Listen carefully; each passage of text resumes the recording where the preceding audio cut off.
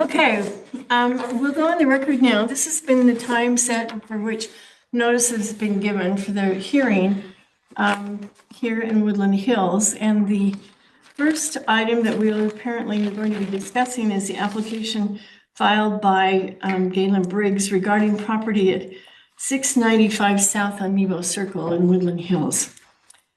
For the record, the people that are present is, my name is Judy Lever, and I'll be acting as a hearing officer for the city. So that you know, I'm hired as a hearing officer. I don't work for the city, and do an independent. My background is I am an attorney and have been for longer than I would like to admit. And about the first third of my practice, I was involved as an assistant city attorney dealing with planning and zoning and building in Salt Lake City Corporation. Since that time, other changes have been doing that, and I'm not working in that area right now. And have served on some boards that were environmentally involved. The state has the State Fire Land Board and the Oil and Gas Commission.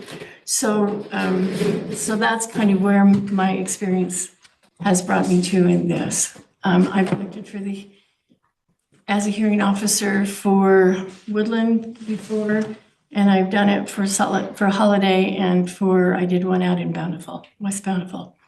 So I have done that. The record should reflect the people that are here on behalf of the city and in this particular application. So that would include, will you please introduce yourself for the record? I'm Wayne Franson with Planning and Zoning for the city and also with Ordinance Enforcement. Okay.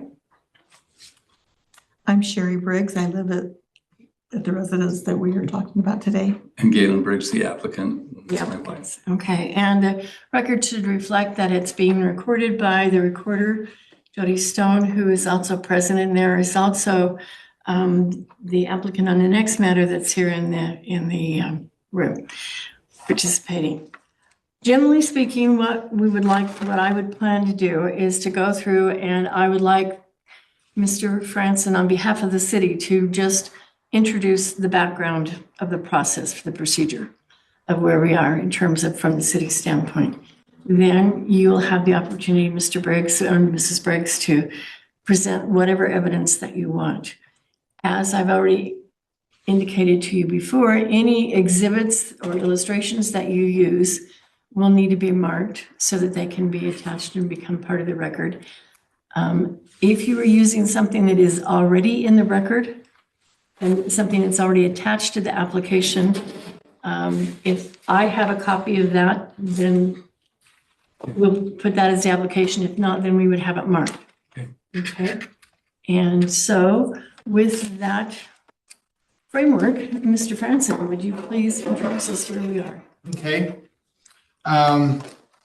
Some time ago, what is maybe a month, 6 weeks ago, Mr. Briggs came to us with interest of building a detached garage off the corner of his home. He had spoken with a neighbor about it. The neighbor was fine with what he was proposing to do. He had mentioned to us that when they were contemplate purchasing the home, they were the first occupants of this home. It had been built as a spec home and hadn't been lived in yet. The homeowner president said that that would be fine, that they would allow a garage to be built there. This garage was to house both a boat and a trailer, a camp trailer. So he brought in some preliminary plans to show us and make sure that he was going down the right road with it all. And as we got into the detail and discussed it and looking at our ordinance, we all realized that it would be counter to our ordinance requirements, in that there was not sufficient room in the area that he wanted to build, which it was confined to his property and yard in that area. The main obstruction being a requirement that it be 20 feet away from the residence. From his residence. His residence, correct. Our ordinances allow an accessory building, including accessory garage, that to have different setbacks than the main house structure does. So he would comply, those would be complied with. What are those? And as an accessory, what are the setbacks requirements? The side setback is 5 feet away from the property line, and the rear setback is 10 feet away from the property line for an accessory building. However, there is a requirement that it be 20 feet away from the main residence. And that therein creates an issue and problem, as there would not be sufficient room to be 20 feet away of the main residence and still comply with the other setbacks for the side or the rear setback for an accessory building. So, so from what I'm understanding then, it's 5 on the side, 10 in the back for an accessory building and 20 from the house. And it's the 20 from the house that they can't, that they're that they're short. Yes. What is that distance proposed? Um, The distance where we were proposing to build, you mean? Yes. From the house. It's like 6.5 feet. So it would be from the very corner of the house, which is where the Closest corner corner. of the garage would start, and then it would go back. So the closest, the two corners would be like 6.5 feet from each other. Is that roof corners or is that structural corners? That'd be structural corners. Does the roof Are you sure on that? does the roof overhang to shorten that? Maybe a foot. Yeah, now you say that, Sure. I'm not sure. It could be. The way our ordinance reads, it's structural. We don't The overhang doesn't matter? recognize the overhang of the Okay, roof. okay. So at that point, he realized that he would be out of compliance with the setbacks. And how big is the building that he's proposing? I do want to It's show it's that. I don't have- 35 by 35. And we've talked to him about reducing that size, but then it would not house the boat and the trailer if it were smaller. And it's not just the boat and the trailer, but just Well, it's some other storage Okay. Yeah. area there too. okay. Okay. The 20-foot setback, part of that is from the research that we've been able to do, pertains to fire safety. But Mr. Briggs indicated that he plans on building the garage according to code.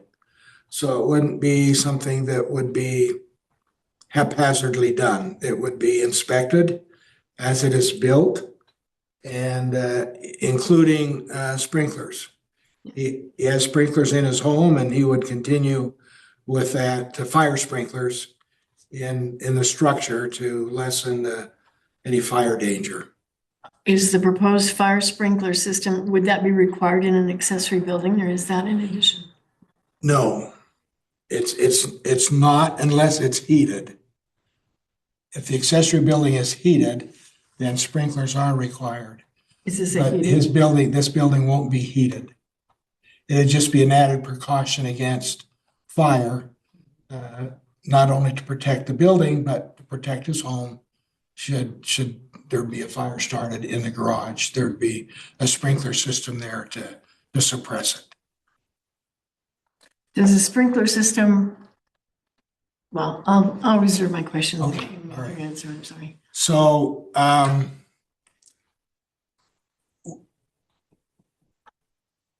our ordinance reads that if if the structure is more than 20 feet away, then from the main structure, then it doesn't have to,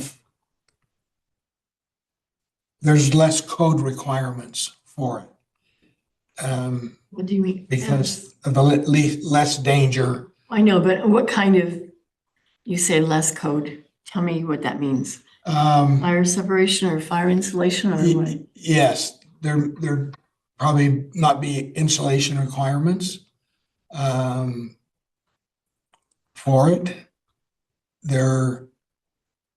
If it's closer than 20 feet, then it does have fire sprinkler requirements, even though there's no heat in it. So sprinkling is required. Correct. If If it's closer than 20 feet. So that's another code requirement that would be under issue as well, the sprinklers.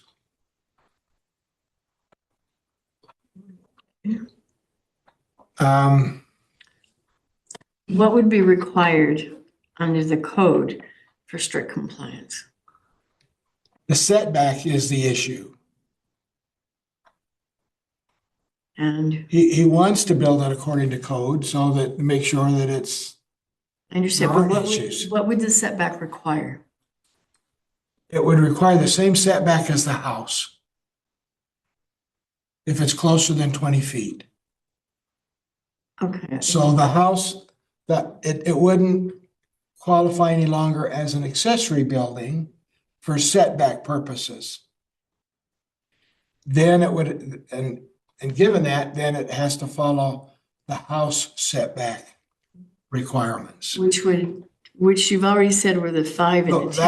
that's the accessory building setback. And what would that change That's what to? he would have. The rear is 30 feet. The side is it 15? 20. I think, is it 15 one side and 20 the other in that R119 area. And the front is not an issue, but it's 30 feet over there for front setback. So let me make sure I'm understanding Okay. the Sure. parameters here. Okay. Under strict code compliance, the structure, because it's within 20 feet of the building, still has to meet all of the required setbacks for the main home, which would mean a rear yard, an extended rear yard, the side yard and the front yard. And Correct. you're saying that would increase those setbacks. So it's considered part of the main house. In essence, Envelope of yes. of the parameters of the outside, I guess this is an exhibit, but preserving setbacks on the property lines. Correct. For the original house and be within that envelope or that working. Yes, Whereas you're saying an accessory building, if it's treated as an accessory building, then those limitations, those side yards decrease because they're considered in the backyard or the rear yard. But at this point, there is not a separation that's adequate to make it an accessory building because it's too close to the main, would be too close to the main building. correct.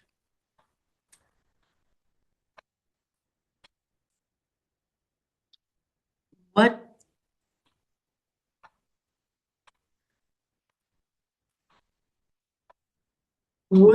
what requirements would happen if the building actually touched to the building? Would it be just considered under that same parameter as part of the original house? Yes. And is there a code requirement that requires in the case where there are two separate buildings, where there has to be a minimum, is that the 20 That's the feet? 20 feet. That's the 20 feet. Yes. And what are the purposes for that 20 feet? You said one was for fire. Yes, and that's primarily Right. what it is. What, Now, we've tried to do some research. It's been long explained and carried forward for many years in our city. Most of our city is encumbered by a it's called a WUI fire ordinance. It's a wildland urban interface? interface. Yes, Yes, that was promoted by the State Fire Land Board, I think. it has been. And we've tried to do some research on this 20-foot distance, and we can't find anything in our WUI code, in the WUI code, that requires that 20-foot distance. We've always had it, and that's what we've gone by, and different fire chiefs have just, something's been carried on, but we've researched it and we can't find where that is addressed that way. Has the fire chief made a recommendation in this particular matter? No. Um, He's been part of the discussion, but he hasn't made a recommendation, other than it's in our code. Which from a legislative part is all that he has to say, but, Yes. okay.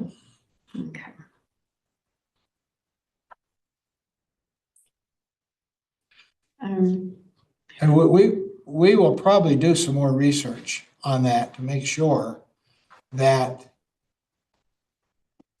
if it's not part of that, we don't want to have it. If it is, then fine, it would be part of our code, but it would still be something that potentially is subject to variance. But if we don't need it, I mean, if it's not required in our code, we don't want to give impression that it is required. Now, Well, that doesn't mean the city can't say, we still want a 20-foot distance no, you can, and for our own purposes. So that's something that's down the line that we would have to further explore.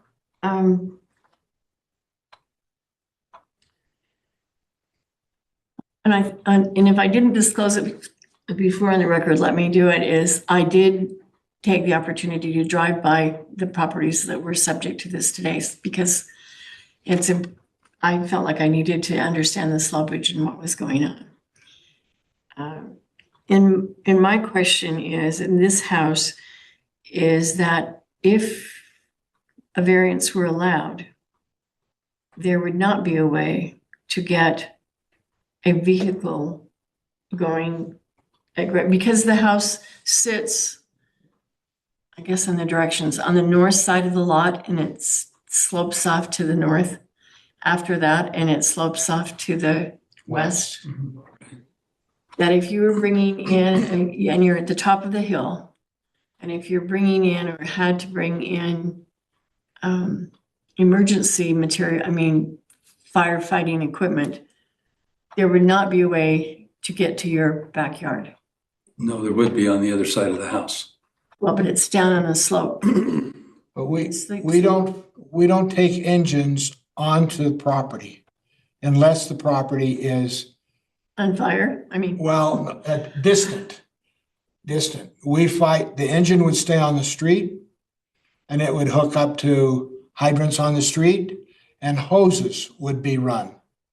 That's the way we do it here. We don't put engines on the property themselves.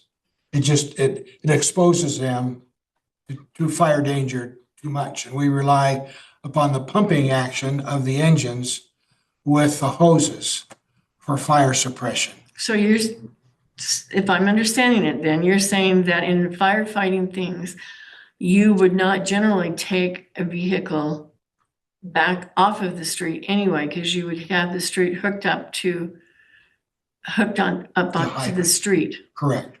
That's right. Okay.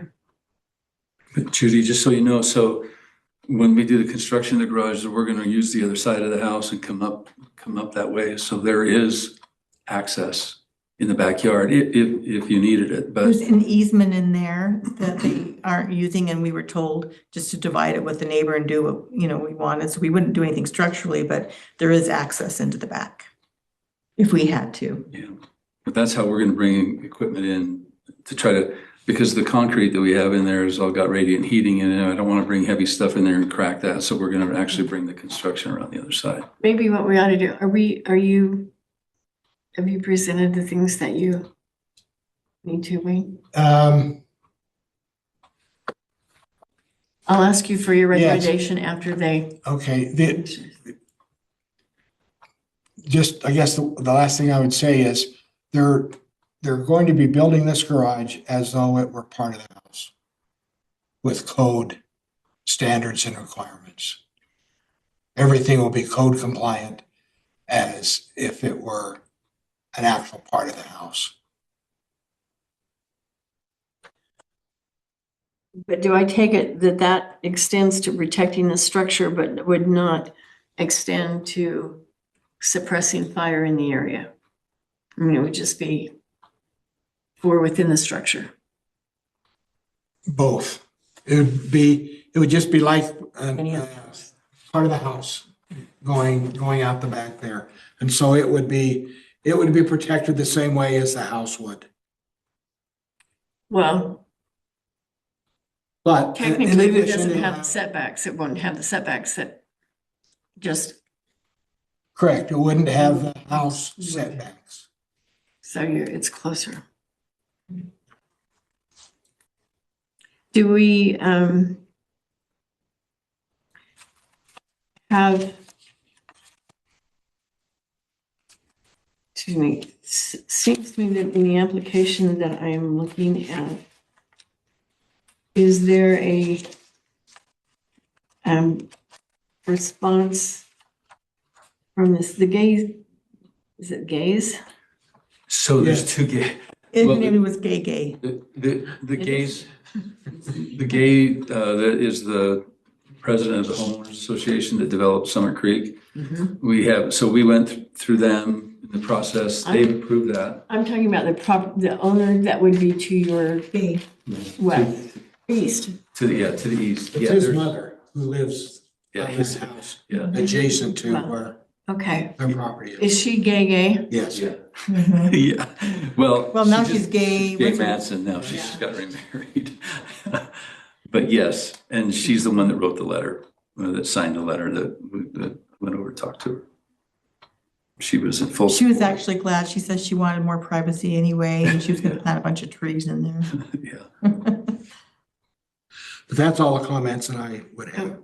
Do we have anything from the property owner to the north? Against Is that which the, would, is that the empty?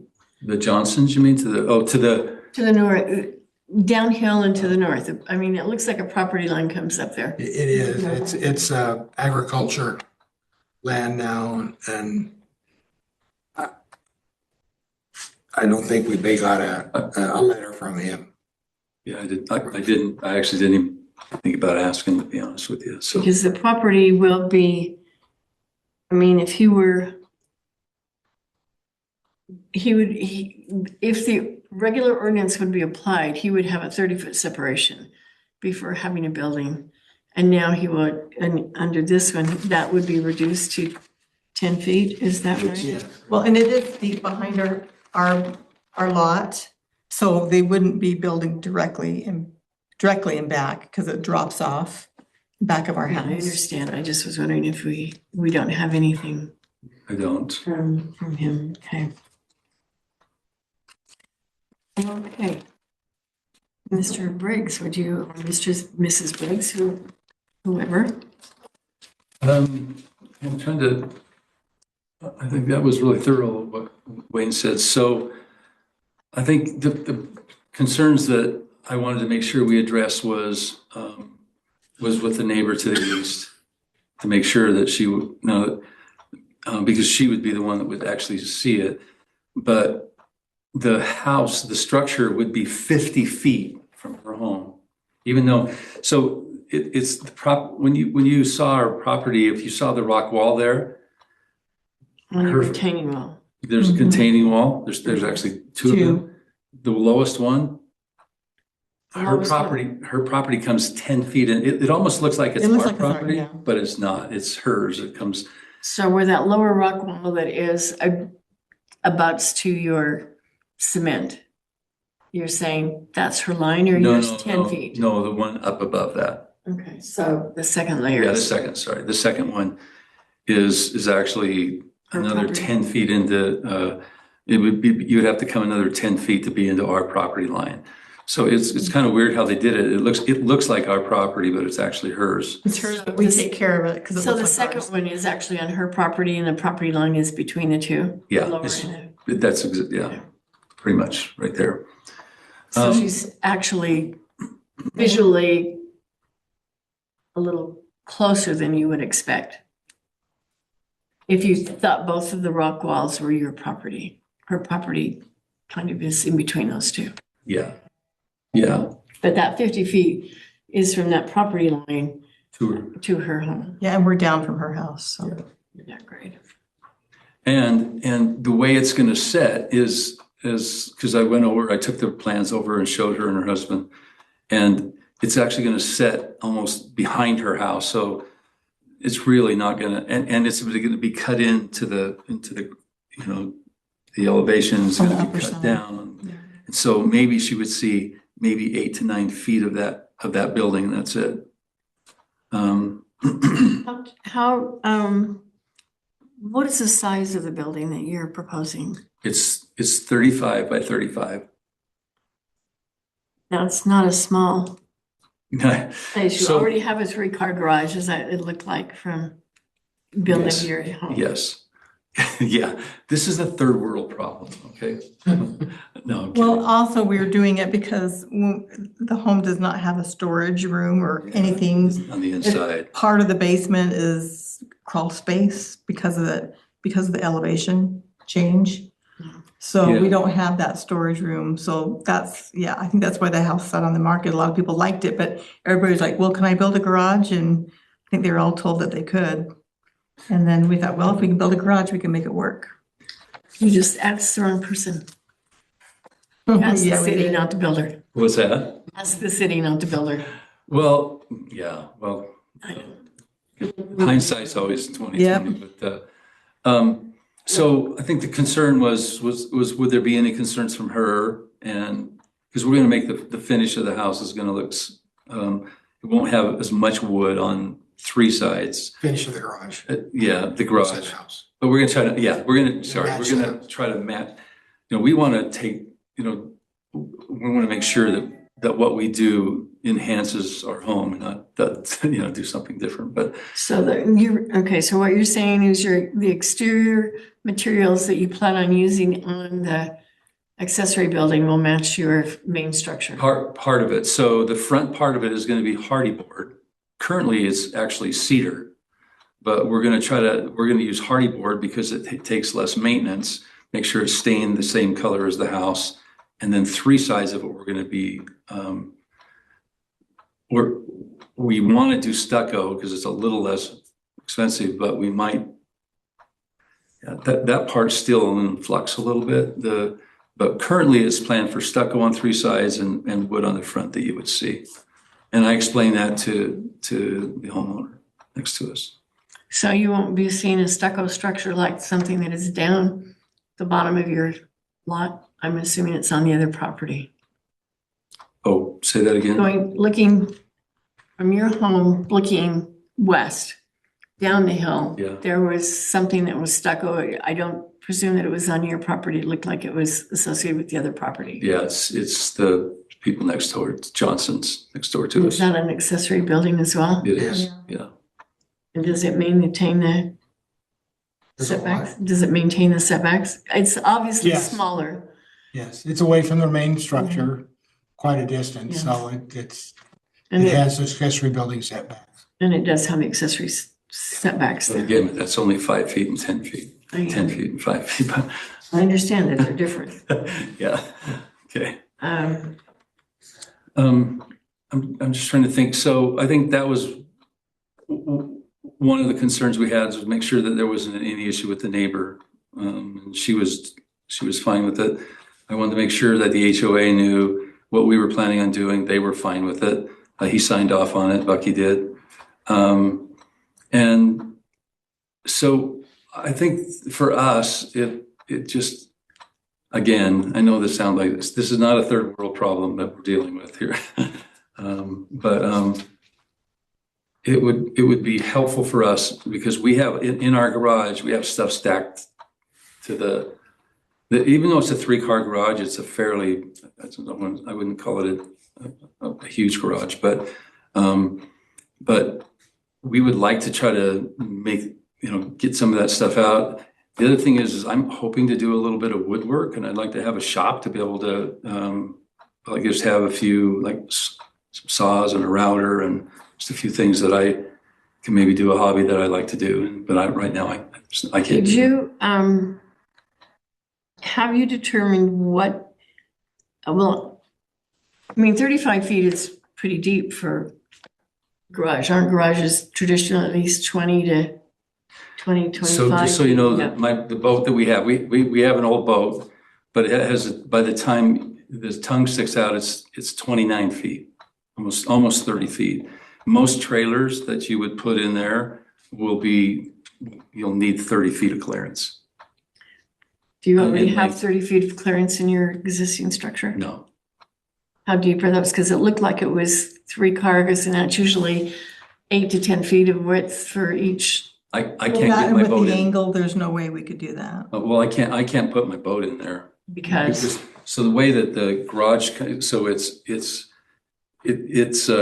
access. well, first of all, it's access, but the second of all, the way the garage is built, so you have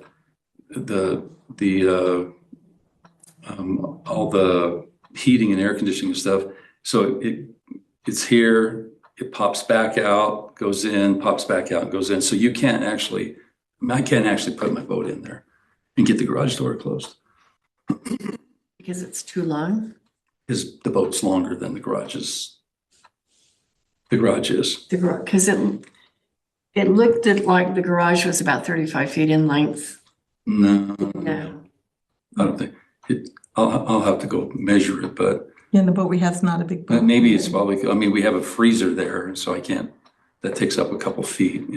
Maybe 3 feet, but I actually I physically measured it trying to see if I could get my boat in there, and I can't. So I have our boat stored at our daughter's house, and I have our trailer stored at our son's house right now. Yeah, Saratoga Springs. Saratoga Springs, which I think probably part of what you don't see is the house comes into the garage on that west On the west side. side, yes. Yeah, so The only thing I was looking from was the, attached to the application, wasn't there was a site plan yes. that showed, it being there and that's why it was a question, because it obviously has the 3 parking lots and looks like parking spaces, and looked like there was additional space. I didn't try to measure it out and it was pretty small to see the directions. And that's why I'm asking how deep those are. Because as I understand it, if you were talking about strict compliance to get the 20 feet, if you moved the south or the entry of the proposed garage, if you move that back to get the 20 feet, you'd be, and it was, and I couldn't tell exactly from the site plan how much, whether the separation was coming off of which line it was coming off of. And that's why I asked about the separation.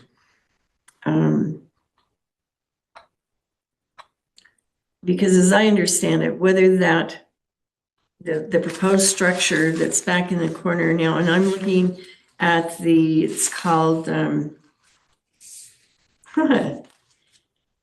isn't called anything. Well, the drawing has a number A1-1, Yeah, A1. that's one of the Site plan. plats, yeah, that has the site plan on it. Yeah. This is, We this provided is that. this, you provided that? Yes, yeah. Okay, in looking at it, and that's why I'm referring is we won't mark it because it's attached to the application. But it has the marking on it of A1-1 in the right-hand lower corner of the site plan, of the proposed site plan, as I understand it. Yeah. That there is a jutting back as you, do you have a copy of it where you can look at it? And maybe you can explain. Yeah. Would you mind, I can come over and look at yours if you like. You can, it's The small. one you gave me, Galen, has got the detail, maybe on a little larger scale on it. See that? So we're looking at the same, yeah, the same map, it's the A1.1, so that everyone has it doing. The question is this where the structure is, so that the 6 feet we're talking about is just right there? Or is it back here? That's, and maybe Wayne, we need to. So, I mean, I could see this side of your garage coming back in, but what I can't see is this part right here. yeah, so, Because that looks like it's only 2 or 3 feet. yeah, it's gonna be, so what is this, the very corner of the house right here? That's what I'm asking. Is that, Yeah, is I that where think- your air conditioner is? Yeah, the air conditioner would It's be back back there in too. here, so it's probably, it's gonna be more like maybe right there. It's right, Okay, that's when you can't say there. So you're saying an extension of the line that is just under this elevation of there, so that the house separation from the detached garage to the next structure is that this location of 6, or is that this location, or what were you, No, it'd be off Telling the me. off the corner of This- that location. of this garage to where?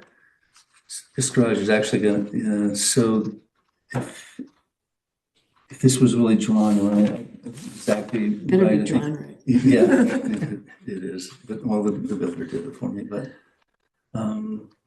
yeah, it's. Is this part right here?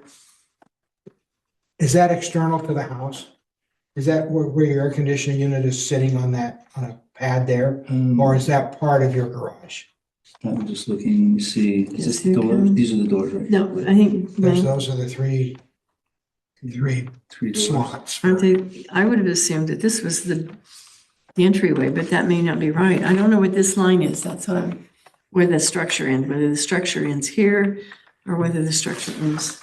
I'm assuming that the structure ends here. I think it does. I think it does, and then this is kind of the air conditioning right here. Because that looks like a foot, or I mean, it looks like a very, It's not long, it's not a great distance. I mean, because if we're talking about that it has to maintain a 6-foot difference, where are we talking from, Dwayne? I'm talking about, I think it might, but I Why think, not attach it? What would happen if you attached it?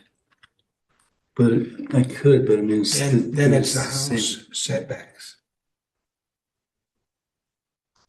Well, And he's that's what looking you're, for the accessory building setbacks, not that. These are the accessory building setbacks here.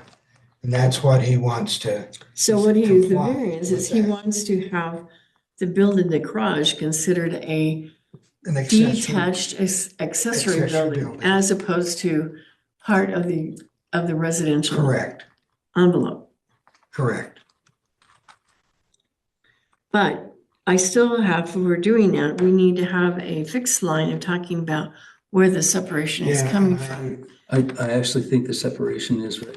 I think it's actually probably come down to here. I mean,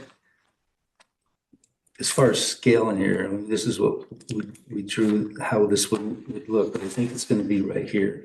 So what I'm saying, Mr. Briggs, is that if a variance were to be granted and allowed that, it's still allowing a variance from here from 20 to something, Right, and it will have to be measured. Wayne's gonna have to be out Okay, there okay. to say, oh, here, you can't, this is it. We need to have a fixed place from where that would be What the calculated. corner of that With the distance to your corner. house, And to the so house structure. if that's this, frankly, that doesn't look like 6 feet to me, but I measured it this morning when I came out, 6.5 feet from where this is gonna come down and meet so it's, my garage driveway comes down and it'll extend from the garage driveway out. So the way we came up, I mean, we came 10 feet down and said, okay, I mean, I don't know that What she's asking is the distance from here to your house structure. Yeah. Is it from here to here? Is it from here to here? No, it's, What? I measured is that from the corner, I measured the corner of my house to where this corner's gonna, where the structure's gonna start, where the driveway. Okay, so this is part of your house structure, this area right there. Yeah, I think this kind of jets in is what I think this, Oh, where the air conditioner is? no, what it does, it comes over and jets in and the air conditioner's over here.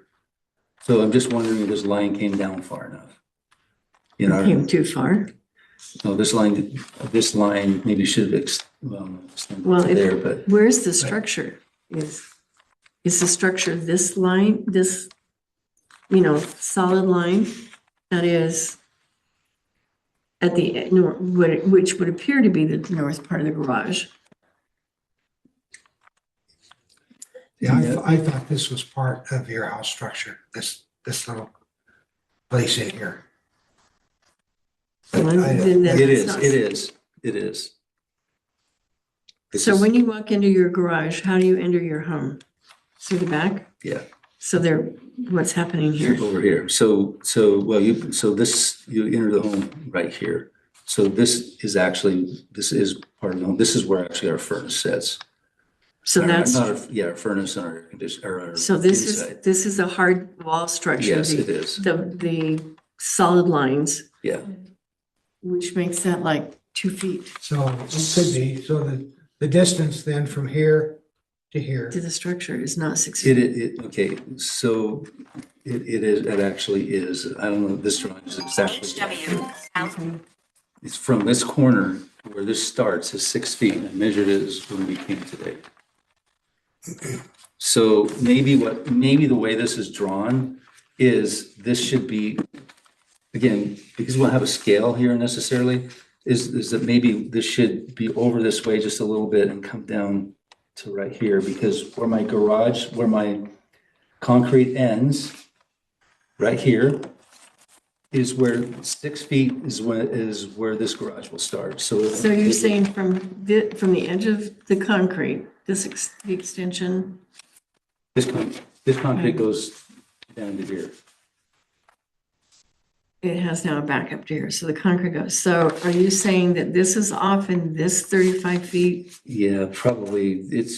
I'm guessing maybe the way that this should show is this line moves in just a little bit, because there's, from the corner of the house, assuming this is the corner of the house, this is 6.5 feet to where the concrete starts and where we're gonna start to build the corner. That would be the corner. So if I were to grant this and said you are allowed to come within 6 feet of the northeast corner Yes, of your property, yes, right there, yep, that works. directly east, 6, That's then it. you don't have then that would give you, contrary to this map, we would talk about that it's over to access and you essentially being an extension of the access Right, of the existing concrete. right. Is that? That's correct. Because we want to make sure that you, I've seen these, I've only seen these, I haven't gone over and examined.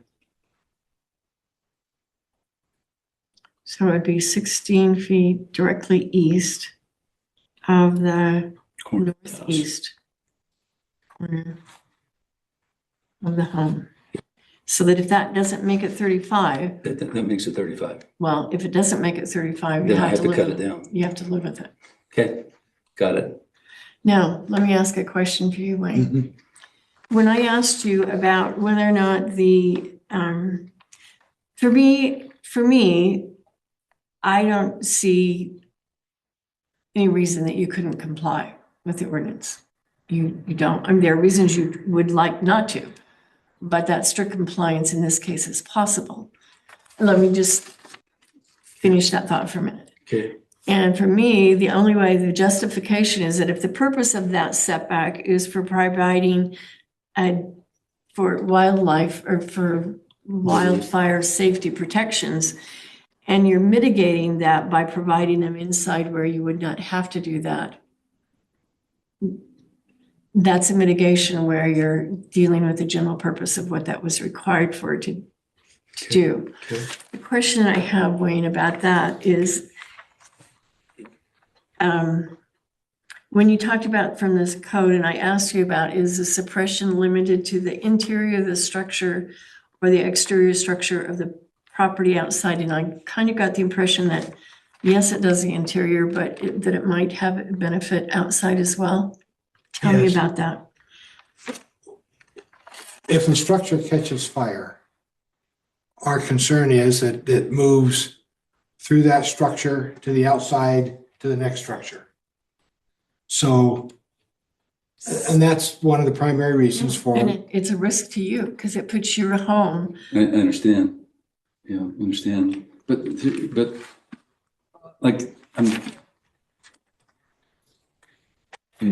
just don't know, there's nothing in there that's really should be creating fire, but yeah, you're right. And he's doing everything that you do to the interior of a home to help suppress fire. And let me ask, but for that, but the question, is there something that realistically that as part of that suppression system that's in there can be available? So, because my concern would be, and as I understand, the wildland urban I can't even say it, Yeah. wildland urban Wooey. interface. Is part of that, of the separations is because of fire jumping from, one to another, which you've increased the risk dramatically by having the 6 feet. Is there something in terms of suppression that can be available so that if that happens, that it would provide fire to suppress exterior, from So going it here can't or there, jump. so it can't jump, or that you can attack it more quickly? There's standards for exterior materials that's used for a house that has to have a certain fire rating to it. That's in our building code. So they can't just put up any kind of lumber or any kind, it has to have there's a designation for it that makes it fire resistant for the exterior portions of a home. Well, and that makes And it, that's code. So that's one of the code items I was talking about. right, Where if you throw up a shed and you just put a bunch of plywood up there as an accessory building, then that then is it's less. it's less. And Yes. but this is much closer, and it's like reaching from here to where Mrs. Briggs. And so is there something that to mitigate the risk that it's created by reducing the setbacks to provide better protection It's my own home. for your own home, for your home and for your home and for the garage? Because it can go either way. I mean, I know that fires often start in kitchens and aren't they often in garages, particularly if Yeah. you want to do woodworking? And you've So got a that's that fire community that is, protection rating you've got that's a required. community that is so vulnerable to Yeah. fire. And that's where that fire rating of exterior materials But comes that- into play. But the exterior thing is protecting it against fire coming to it. It's still going to burn on the inside, right? I mean, if Not there's, necessarily. I mean, yes, but it's not going to be like kindling on a fire. No, I understand that. That piece of wood is going to, it's fire, it's been treated. It's not just the exterior, it's that whole piece of wood. is that material different than the fire rating of the material on his existing home?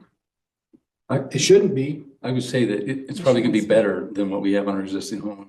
Our existing home is almost all cedar wood. And that's been, it would have been treated in order it's been to, treated. because Yeah, I'm sure it's been that's a treated, code but- issue in our city. I And so understand. if you've got wood, I'm just saying, what are the things that he could mitigate to get him better protection that would be more equivalent to what he would get if he had to have the separation? Right. One thing I do think, so this is with the very corner of our house, so this is going all the way back. So the very closest part of this would be right Right there. there, that's absolutely, I mean, that, But you're right, but I mean, if there was a fire, if there's a fire in here, the concern would be your home, puts Yeah. your home at risk, and vice versa. Now, the other question I had, this, this is nearly 1,000, it's proposed at nearly 1,000 square feet. 35 by 35, right?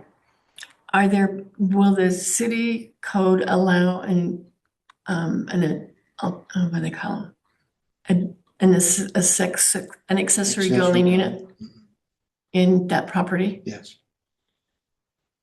Does that change what kind of code and materials would have to be required? If it's within 20 feet, it Okay, does. We come okay, back to that again. If it's beyond 20 feet, then there's no code requirements.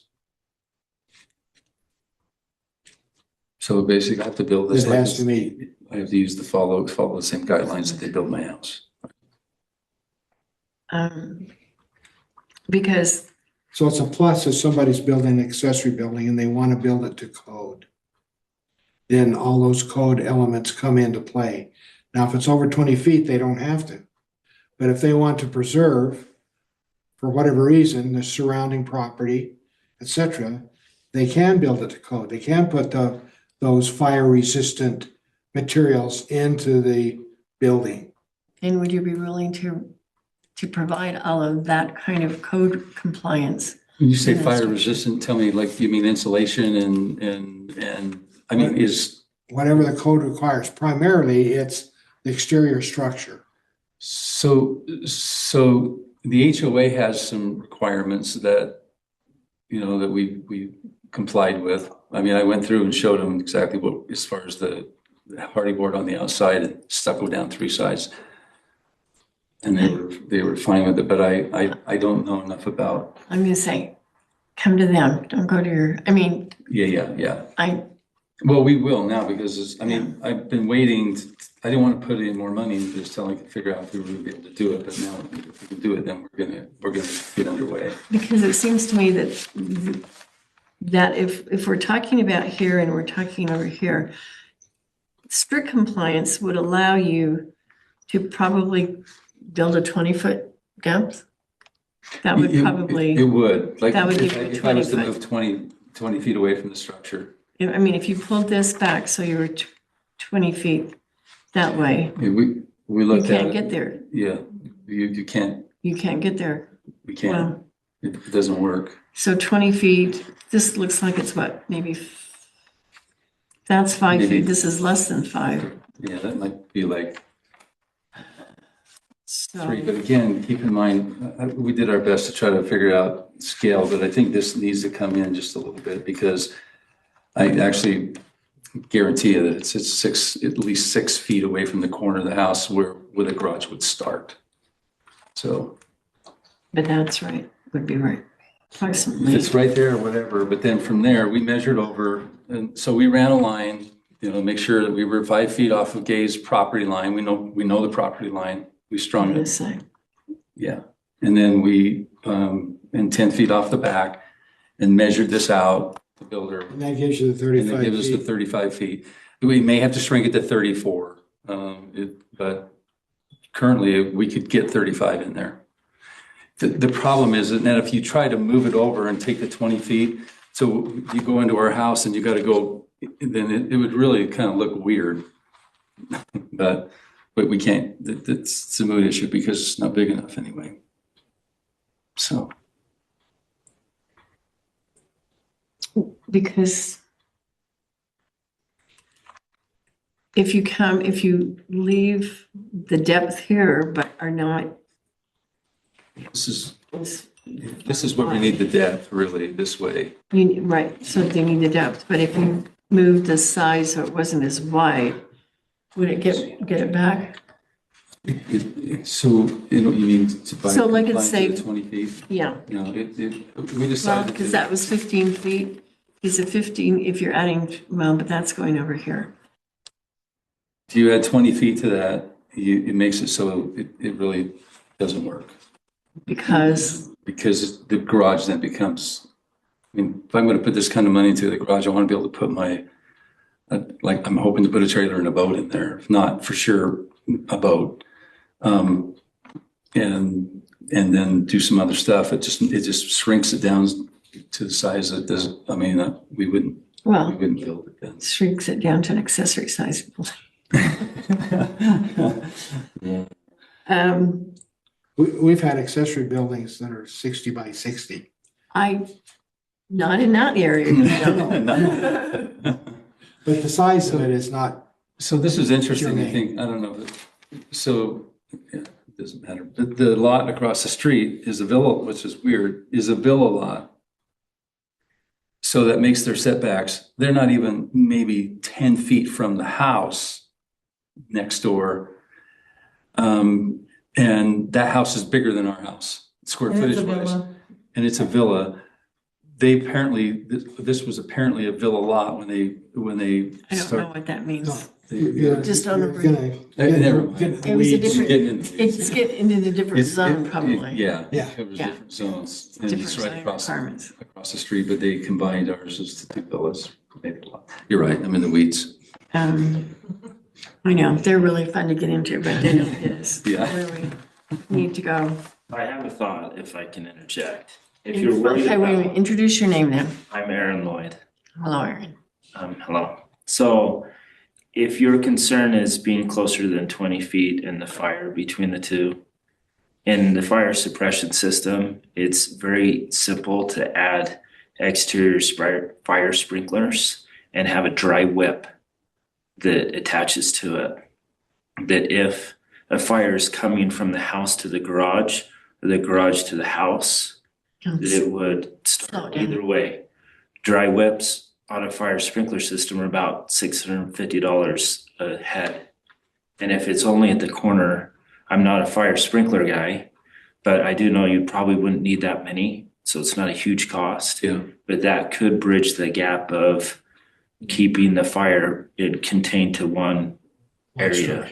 Yeah. Aaron's a builder, I might say, so he's Interesting. knowledgeable about some of those things. And thanks for picking up on my concern and seeing if there was a way to solve the problem, because I know that the general purposes we've talked about it is to provide that kind of protection for the risk. Because you wouldn't want to be having a fire coming up that hill and hit your garage and Yeah, hit your house and take them both out when yeah, you would have had a chance to fight it had they been separated longer. yeah. So it's probably going to fit exterior materials, including the roof and your siding and all of that would be required. Just real quick, because I don't know, but is stucco on three sides and hardy board, is that fire resistant at all? It's not a Class A system, but it's better than cedar. But treated cedar is probably the same. Hardy board is better because it's cement composite, Yeah. but it is better. They're gonna strike an amber. But you could do a Class A fire system on the outside of the house Yeah, okay, that could meet that. okay.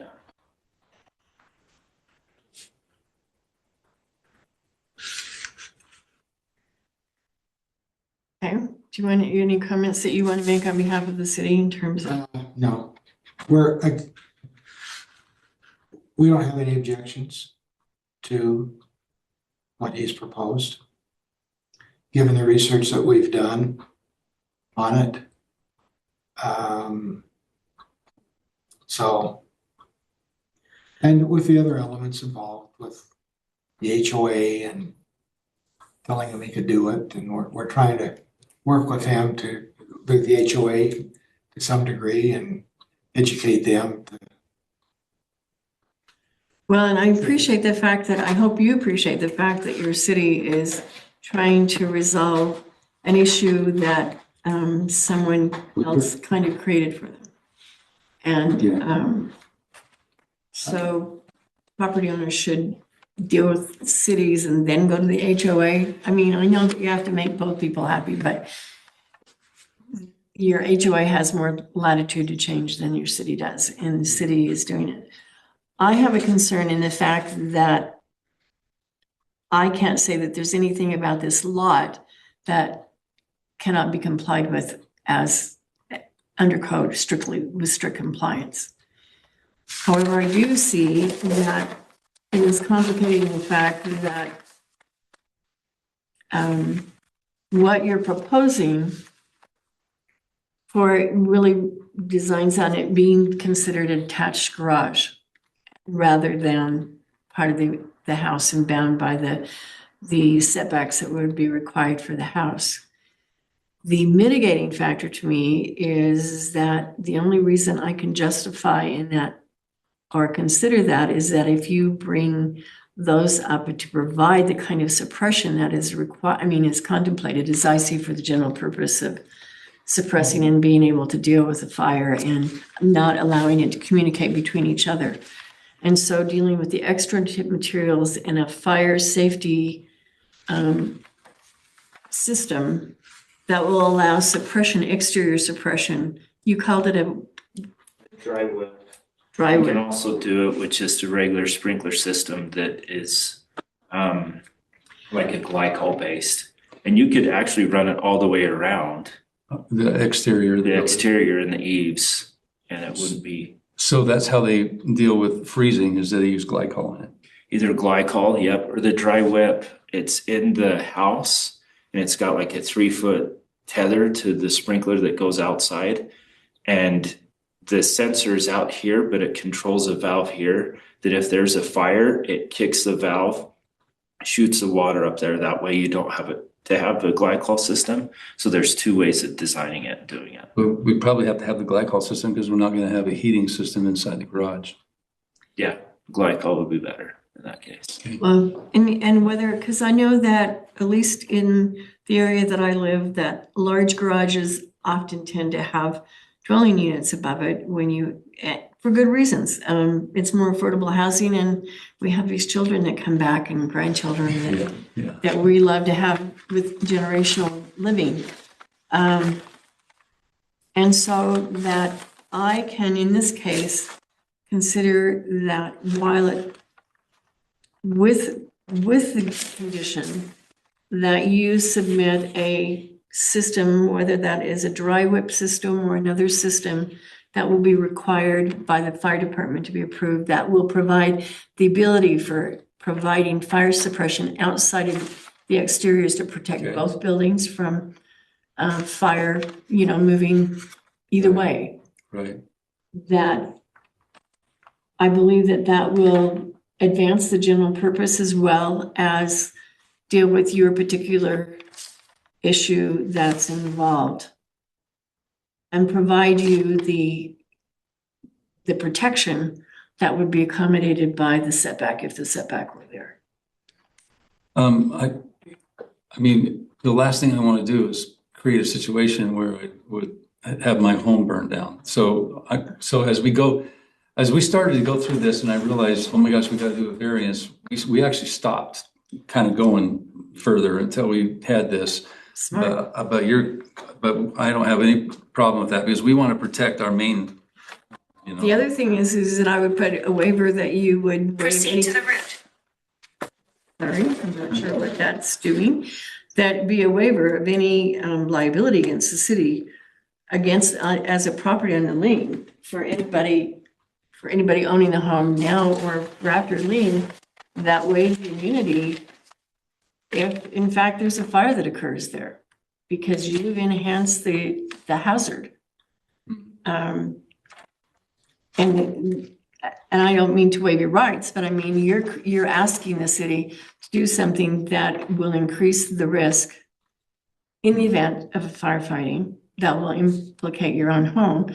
And it isn't appropriate, in my opinion, to have a turnaround and claim the city, well, my house burned down because the fire came up the backside and it went to the garage and it went to the house, and it's your fault for letting me and it may not be you, it may be whoever you sell it to. Right. No, I understand that. And that's a waiver of that claim that will be record. But wouldn't that apply to anybody that builds a home in there then? I mean, you build a home in there and the fire, for example, in the villa lot, that home is not more than 10 feet from the other home. So what happens if that home starts on fire? I mean, and then moves to the other home? I mean, aren't we talking about the same kind of thing? There's always liability attached to anything that you do. Yeah, There is, but you're creating, like, you're adding to the liability. right. I understand what you're saying. Paying risk. I And understand what you're saying. Just to add a little bit, I don't want to add confusion. There's other lots in that same area that have less setbacks, distance. So, and that's the point that Mr. Briggs is making. He's building across the street from a house that has less setbacks than what his house does because it's a different zone. well, But the threat is essentially the same. It's not any greater than what his home has. But I understand, I know what you're saying. And so do I. And I don't, thing is, I don't want to get sued because we built this garage and for some reason it catches fire and it doesn't just get my house, it gets somebody else's house. It would be very unlikely because of the separation, but. well, and that's what the separation is intended to do, is to Right. slow that down. So by having your suppression, in my thinking, is that that's compensating for the lack of the separation by having the suppression. And it will be, Makes sense. Makes good sense. provides that to you. And because otherwise you could comply, but you can't get what you want. But in getting what you want, it can pose a certain risk and things. And so if you can mitigate that, in my mind, Yeah, to compensate for that and to provide it. Okay. And so that means your exterior materials would need, and they probably would need to be approved by the fire chief. okay. Of being the suppression, the outside exterior suppression as capability, as well as whatever would be required on the inside, as if it were considered part of your residence. So I guess the question I have, and this is a builder question, but what kinds of materials on the exterior of your house are, I don't know what the fire chief's gonna say. I have no idea what the fire chief's gonna say. But Well, there's a building code that says what the rating has to be. Okay, all right. I'll have to look into that. Things that you can do, because I do build in WUI areas. 1/2 inch or 5/8 exterior grade drywall underneath the siding. Okay, so we're using 5/8 inch sheetrock. Yeah, but on the outside, so you'd have to use, they Oh. have exterior grade, they're made for fire. You can Okay. put that on the outside underneath your siding. That would give you a Class A system. You could use the metal siding too that could get you there. They have an underlayment for WUI, you have to use a fire retardant underlayment. You could, I'm sure there's a system that you could run that vertically too. But yeah, there's tons of options Okay. that I'm sure the fire chief knows even better than me. But Okay. yeah, those are a few. Thanks.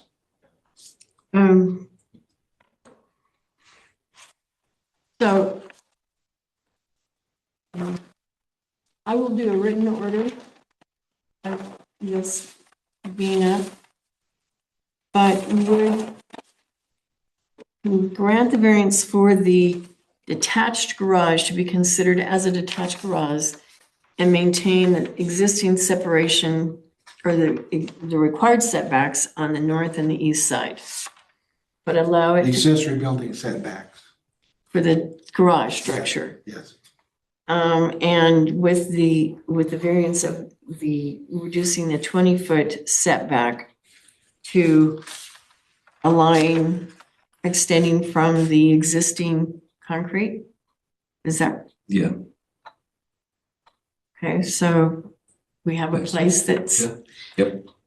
not to go any closer than that and going. So if that's not 35 feet, you don't get 35 feet. You get from Got it. Yep. concrete in Yep. place. And, but that is conditioned upon you meeting with complying with what the fire chief will require for bringing, that the garage is constructed as, and meets the codes as if it were Okay. part of the residence, Okay. and that it provides a suppression system for exterior suppression, water superior, to protect both the home and the garage. Okay. Is that, So with that, yeah, I guess the question I have is, would that exterior suppression then relate to just the side of the house where is closest to our house? Or are you talking about the entire facility, the entire building?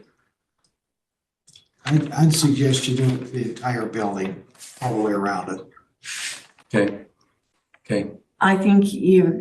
I would leave that to the fire chief. I would think that it would be at least these two facades, Yeah. at least the north and the, In the east. in the east. Yeah.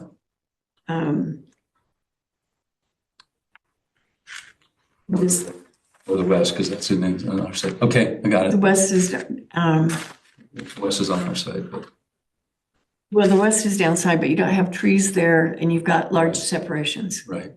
So I would leave that to the fire chief, but it would include at least this portion to provide the equivalent time as if the separation would be there. Okay. In lieu of the separate, basically providing it in lieu of the separation. The last thing I want to do is have a fire that would affect our home or anybody else's home. So I'm totally good with that. See, and I don't have a problem if your detached garage ends up having an ADU in it, but that's neither here nor there. And someday when you sell a boat and sell the trailer, then maybe you can turn it into an ADU. Well, is it 2-story or one? I figured it probably. It's just one. It'll be Oh, it's one just story. It'll be high, but it'll be one story, so you can get a garage in. I would say, gosh, take it up another one, but maybe we can't. Our kids are not coming back to live. No, we did that, no, we did that already. We have 22 grandchildren, so. So do I. Do you really? Yeah, I do. Good for you. You did it then. I get it, but they come back. Sounds like you'll have grandkids back before too long. Yeah, And you want them back. you know what, just kidding. But nobody's gonna be living in the garage because it's not gonna be conducive for that. That's not- Well, never say never. Well, that's true. Anyway, any other questions? Okay, Do you have any questions? and is it all right if we keep this? Is it okay for us to keep this? Can they keep this? I- It's, Yeah, you can keep that. I have another copy of it, so- and I have the bigger copy of it. Oh, you have So- the bigger copy of it, don't you? I'm gonna put the X right there on the mark of where the concrete is going. Then I need this, well, I need one of those back. She can give you this one, the one that was attached to the application, she could give you back if you don't need the big one. Okay, well, I don't think the I, big one is a copy, that's one you gave me, and it's a copy, I think, okay, of yeah, something else you you've should be, got you there. should be fine. Or can we take it to Johnny? Do you have a copier? You can have it. I know where it's at if I have to come back and get it. Well, yeah, go to Wayne, because Wayne will have access to it. Yeah, But the X marks the spot. okay. Okay. I'm good with that. Yeah, well, sorry. Remember your name. Yeah, this is our first round of ever doing anything like this, so. Well, these I are can send you my comments. unusual things because they're usually really good reasons for why cities enact ordinances. Yeah. And these guys don't have the ability not So to just to- enforce the ordinances. Yeah, here in Woodland House. No, Yeah. they've been great, honestly, I haven't had no. We live on Nebo Circle by. Once we learned that this wasn't gonna work, because we actually thought it was going to, and then we found out, well, you have to do these setbacks. It's like, okay, then you gotta figure this out if we can, you know? That will be construction. Oh, yeah. So I used to Yeah, work. without the compensating thing, I don't They think, actually started. I wouldn't have gotten my recommendation. there now. I work for a company called Jackson Labor. Honestly, it's protecting, It's it's protecting protecting us anyway, Yeah. so. Yes. Beautiful It area. makes That's sense. great. And, yeah, it's protecting your larger home and your investment that you wouldn't want to Which is lose, sizable. which you wouldn't want to lose for a garage or a boat, because those are both insurable. Well, I guess everything else, but you don't want to lose. You know, and it's funny because, I mean, Yes, it's more, yes. it's more than. Yeah, there's the some boat. big homes in there. The boat and the trailer, it's, We actually own that. lot. it's allowing us to get a little bit Okay. more And we went on a operating mission room and we inside of came our garage, because it's back. pretty packed right now. This is And I only two realize it's lots. not a big Yes. third world problem, but That makes the monstrosity. it makes it nicer for Yeah, us. I know. We need to- Yeah, so No, Okay. it's not. it's ridiculous. If you Yeah, could do something, thank you. if you could do something. like Appreciate your that, time. that's Is that cool. anything else, anybody, on this? Well, I think, Exactly. um, That 5 acres. you got it. Will you mark that as Exhibit A, just so we'll mark that?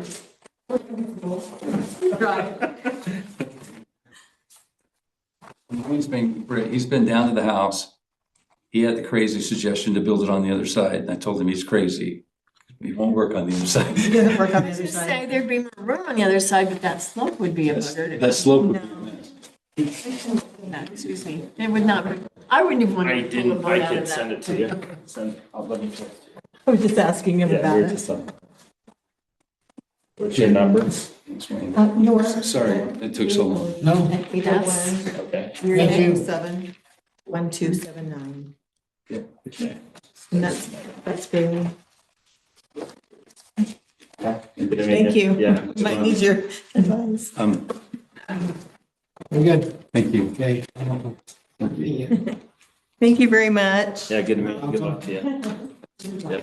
Have a good day. Good to see you. Yeah, good to meet you. Take care. Okay.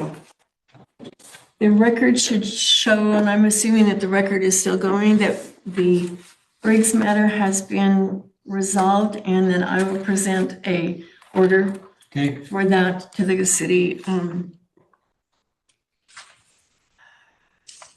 You've had counsel before that I had submitted it to. Do I need to do no, that you can submit it back to Jody. back to Jody? Yeah. Just for review? Yeah. Okay.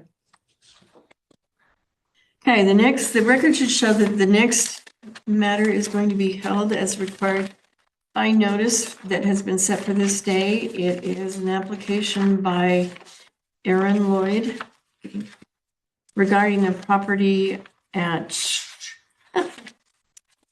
Corson at 105 Bridgers Circle. And Mr. Lloyd is here and is present as the application, and Mr. Wayne Franson is here on behalf of the city. You've been here, Mr. Lloyd, so you've seen how we've done it before, and so we will ask Mr. Franson to give us kind of the city's position on what's happening with the hill or your property. But can either one of you, since the order that I will be drafting has to be recorded or end up being recorded, do you know the lot number and what subdivision that your property is besides its address? It's lot 53. I don't know the name of the subdivision up here. Do you know the plat? I don't know the plat name either. It's 1,000 Oaks. Wayne, will you give me the lot or the legal descriptions for both of the properties? Okay. Okay. As per the serial number, that legal description? Yes, the parcel number that I'll have to parcel, record. yeah. Yeah, the parcel number or usually it's lot 5 of a certain subdivision with a parcel number. Okay.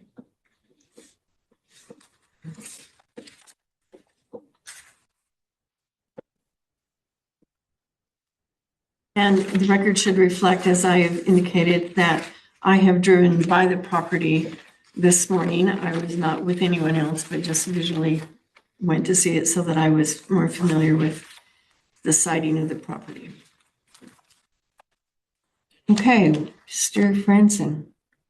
Okay, a little bit of background to help you put this in perspective too. When Mr. Lloyd built his home, there were a number of issues that he was faced with. One was the slope of his driveway. And in addition to the two issues that he's requesting a variance on, the setback for the driveway from the property line and the sizing of the water culvert that runs under the driveway. When it came time for him to get, and you can correct me if I misspeak here, the time to get the occupancy permit, a check of the driveway showed that it exceeded the slope limit per our city ordinance. Our ordinance allows the city council to give a variance on the driveway slope. And he went to the city council and they gave a variance to him on the driveway slope. So the slope exceeds 15%. So did he change the slope? No, they gave him a variance to leave the slope as it was there was a condition there that he do some backstopping along portions of the driveway, putting many, what do we call those there? Barriers? it's, Those are the barriers that I saw at the barriers. top. Yeah, the barriers guardrail. there. They're directly and Yeah, parallel to the entrance to the garages. They're backstopped. but the variance was only for the top of the driveway because we have a lower garage and an upper garage. The variance was only to the upper section. Yeah, because he complied on the bottom part. But the back, okay, So- I only saw one driveway, or, There's only Which one is- driveway, but as you go up, you see one garage from the front, but if you keep going, there's a garage on the side. Back They're on- stacked on top of each other. okay, so I didn't see that. So, but the extension into the setback is what I saw with where it's been graded up and grade's been changed and increased with the retaining wall system That was required by the city council and the variance. as part of the slope Yes, access. yep. But the variance was only granted if the lower half of the garage or lower half of the driveway could comply so that fire, like in the case of an ambulance, it could get up to the lower garage in the case of emergency. Okay, so as I understand it, you're saying from your street level, the driveway going up to where you turn on that part where you have the retaining wall back in, that complies and that's under 15%, or that meets the 15% The bottom half does, yes. from the Yeah. most north garage, closest to the street. Yep, correct. And your variance only dealt with the back portion of Correct. that. So I say that as background because it affects his Yes, variance now that he's requesting for the setback from the property line. So to do that, you had to go elongate the driveway to get around. In to essence, reduce that's it. right. That's exactly right. When we tried to hit the less than 15% on the lower half and could not do it without going into that offset area that wasn't allowed. So to get the lower half under 15%, we had to elongate the driveway into that zone. So that's what was done. It was done without city approval, but The whole thing was constructed as is. No, when you caught it, was the lower driveway already constructed? yes, No, when the time came for your occupancy No, permit. when you caught it, I mean, when I caught it was still road base. But then because of the winter, I hurried Okay. asphalt it so that it could be cleared, because it couldn't be cleared as it was. So I So- did asphalt it without permission, okay. without the approval, knowing that So if I without had the to grades pull it being out- approved, Yeah, okay? the grade was reviewed before it was asphalted, but not approved because of this issue with the two angles. Yes. So, he had to extend the driveway out. So did you recontour then? I recontoured before the asphalt. So I met with the city twice, Chris on site. I think it was Chris. And because he was, the city's been the city's been so good to work with. And so Chris came out and said, let me see what I can do to help you get within your 15%. And looking at it, reviewing it with me, he's like, there's nothing you can do to hit your 15% unless you elongate the driveway.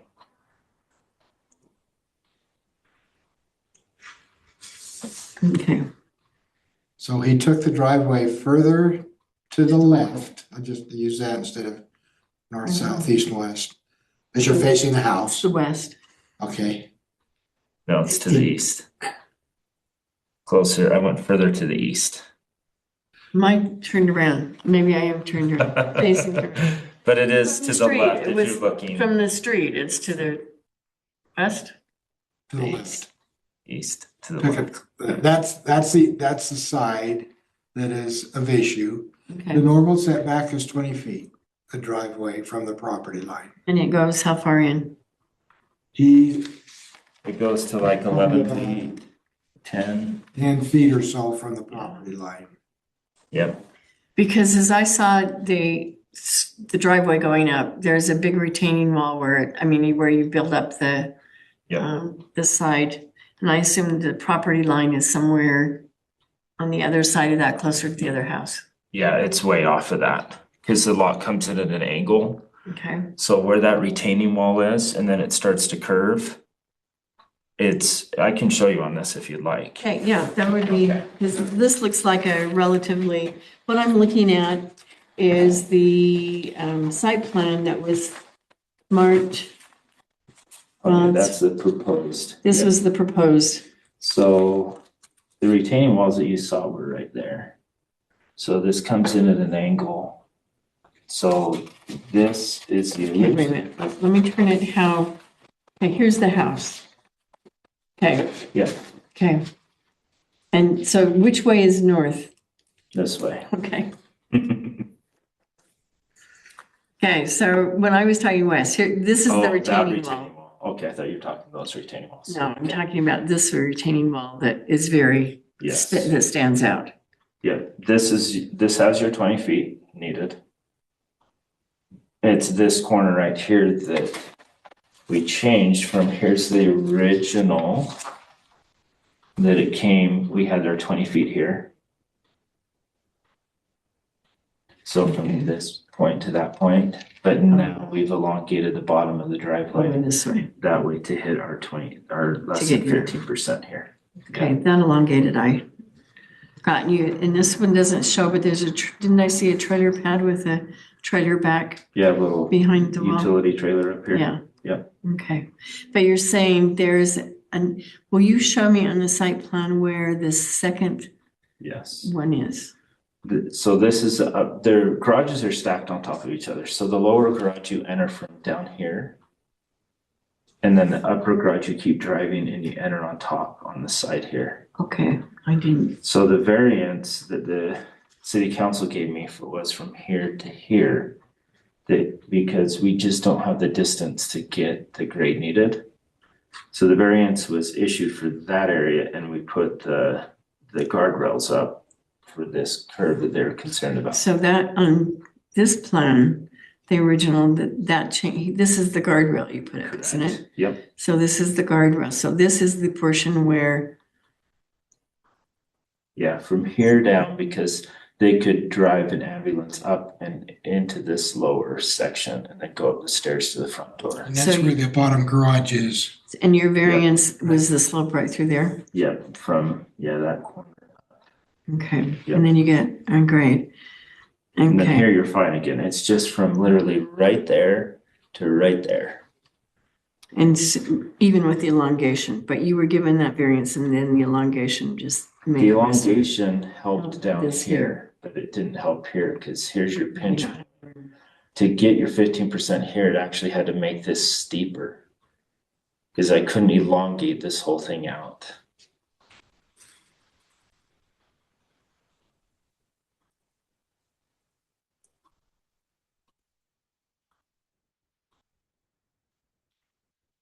Question,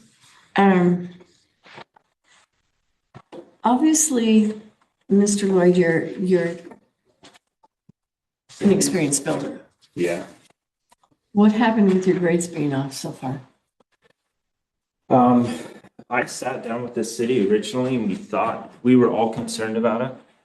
And we thought we barely had the room to hit the needed 15%. I had 2 different meetings in here with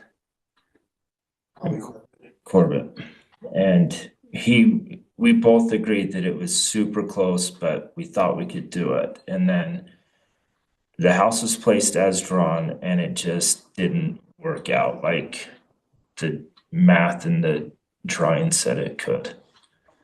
So hindsight, I wish we would have moved the house down, but it's super tricky because your narrowest portion is at the front of the lot where your driveway has to go. So I don't know if there's any way, because I've thought this through in my head 1,000 times. What if I pulled the house back? What if I moved the house forward? But the problem is it's the grade at the front. So I don't know that in any case it actually fixed it, because I don't know how you could have done it and hit the 15%, but that's Other than putting the house, burying it. at the very bottom, I Yeah. guess you could, would have been the You're only. taking it straight in. But then you've got that other part right there. So It's super steep at the front, so I don't know, and it gets, it flattens off a little bit at the back, but not much. It's just a really steep lot that's narrow. And the math said it worked originally and it didn't. We fought it, from that point on.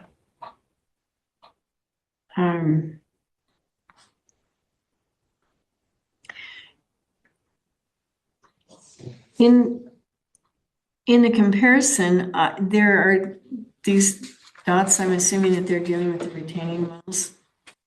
Yes, Those didn't change, is that right? correct. That did not change. That did not change. No. So in comparing the original that you were permitted with what the as-built, the only difference then is that as-built was dealing with this steepness and the variation right in the corner right by that would be the northwest side of your house. Correct. Yep, And it was just that part. that's that part. Okay.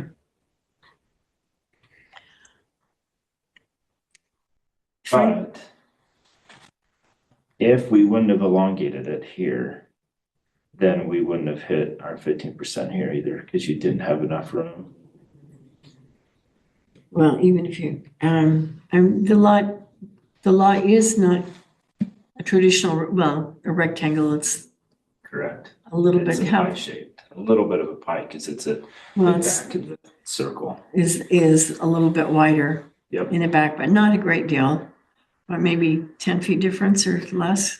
Well, with the angle, I actually think it's like 50 feet or 60. No, I mean from here to here. Oh, That, if you could, that, yeah, that's 20 feet from there to there. So yeah, maybe 10 to 15 feet. maybe, yeah, no, so Maybe it's, in the extreme end, maybe 20. and how wide is your lot? Can you tell? I couldn't, See, I just can see it. your eyes may be better. 124 feet, 0.96. Out In of the the front. front? Yep. And it's 139 feet at the back. Okay, so it picks up 15 Yep. in width. But it's getting there, one side or the other. And the other side looks like it is just as steep, or was. Yeah, the whole lot is just super steep. Now, are these changes in the grade that change these are the after-built, not the original grades, right? This is, Correct. okay. The original grades were pretty, I mean, through here, this is all, we haven't touched any of this. This had to be brought up. This was more flat originally, but had to be built up like 7-8 feet there for the driveway. But Nice. this has stayed all natural. It's the existing trees. Because We've it never looks like touched it was maybe 10 feet up above. I mean, you're proper at the, where that wall ends, Mhm. it looks like it's up maybe It's 2 layers of 10. 4, so 8 feet high. 8 feet high that sits out. Correct. Okay. Okay, tell me about the culvert.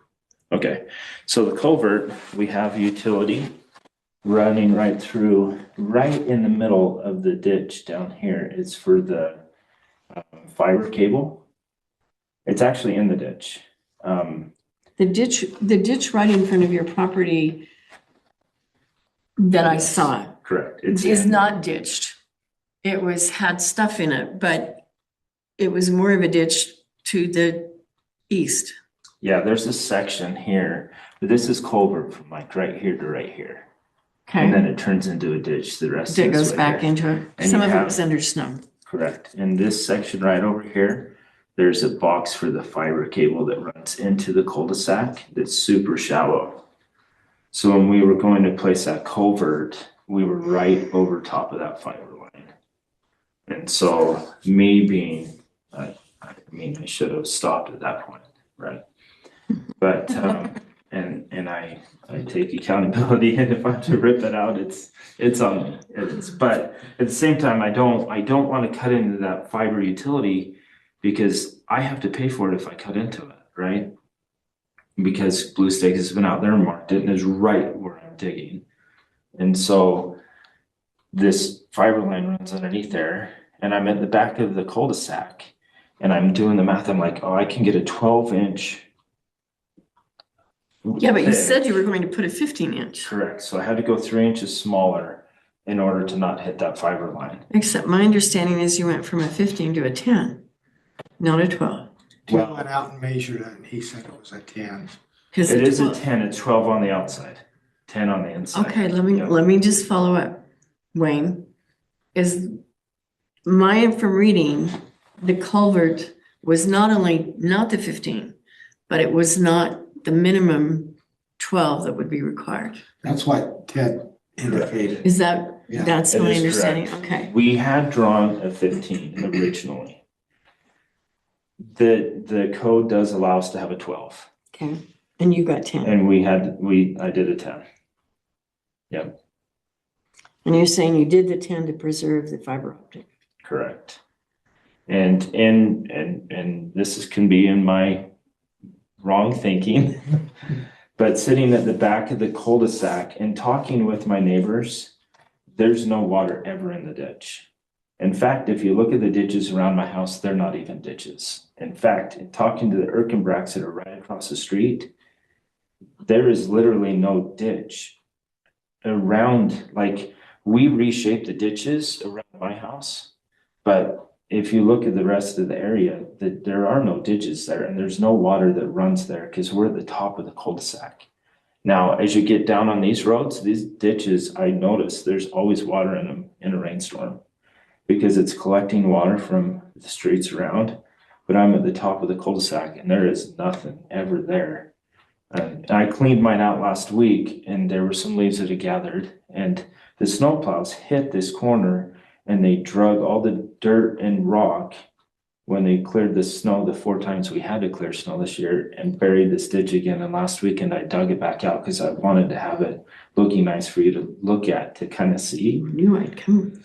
Right. And we didn't anticipate the snow that we still need, so it is what it is. But in my mind, I'm like, okay, there's no water that runs in this ditch, but let's get as big of a culvert as I can. And that's where my failure is, right? Is, and I understand it's my failure. So. And let me tell you, I just came from the North Shore in Hawaii. Okay. I don't go there frequently, but I was there 5 years ago. I saw streams and ditches that I had never noticed before because they're overflowing Yes. because of this unusual rain. Yeah. And obviously your drainage is, the general plan for the drainage is a minimum of 12. Yep. I have a tough time dealing with that, even because you're on a steep lot, which means that the property, stormwater and drain with that going on is gonna come down steeper. It doesn't collect there though. Well, you're in a drought. We've been in Right. an unusual drought, and I just, I totally get your point. Could there be a series of storms that could require that? I guess there could. In talking to my neighbors, they haven't seen it in the 20 years. well, But I totally get there, that's only 20 years. Yes. Right. I So- would say the math, if my neighbors at the bottom of the cul-de-sac that are 4 houses down that are collecting water from 8 properties, if their minimum is a 12-inch culvert, that the math would say the me at the very top, the minimum should not be the same because I'm only collecting water from 2 lots, not all the cul-de-sac. And the 12-inch minimum is the entire cul-de-sac. But I totally understand. And I'm not gonna die on that hill. If I have to tear up the bottom to make people happy, then I will tear it up. I don't think it's needed. And I might hit the utilities, which will cost me a lot of money to hit utilities I don't want to hit.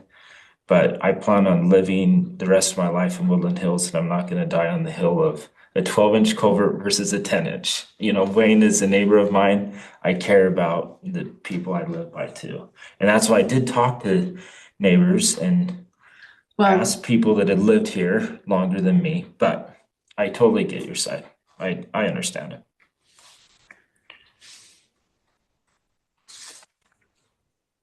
I mean, that I haven't, your property where the culvert is, there's nothing unusual going around with where the culvert is. You're just saying that the culvert came after the fiber. Yeah, so the fiber runs right underneath that area. Well, that's the easement where it's supposed to be, right? Correct. Well, we've had some issues with this Comcast who came around and was doing the fiber. the fiber. And is that the one you're talking about, Aaron, or are you talking about Utopia when I think it was Utopia. when they buried their, actually. they were the first ones. Comcast came through last fall and dug and drilled. Comcast has not buried their cable the way they should have. They're But that's not this cable. no, It's that's underneath what it I too. wasn't sure. They drilled that after this culvert was put in. They Okay. drilled it last fall. Okay. I don't know where that is because they drilled it after it was done. A lot of places didn't go deep enough. Utopia wasn't deep either. And so the Utopia was one cable that was laid probably 10 years ago or so. But you're connecting into a ditch that's been there longer, right? Has No, I had to create that ditch when we moved in. When the streets are made, doesn't, Yes, and this is what happens oftentimes with time. Those ditches deteriorate. People oftentimes are pulling off to the side of the road and destroy the ditches. So it's not unusual for a homeowner or a new homeowner to come and find a ditch is really not a ditch in front of their home. It's just because it's wear and tear and deteriorated, snow plows, pushing snow into it and sometimes, not destroying the ditch, but making it, disrepair and so forth. So, so in Woodland Hills, it's the responsibility of the property owner to maintain the ditch? it is. Okay.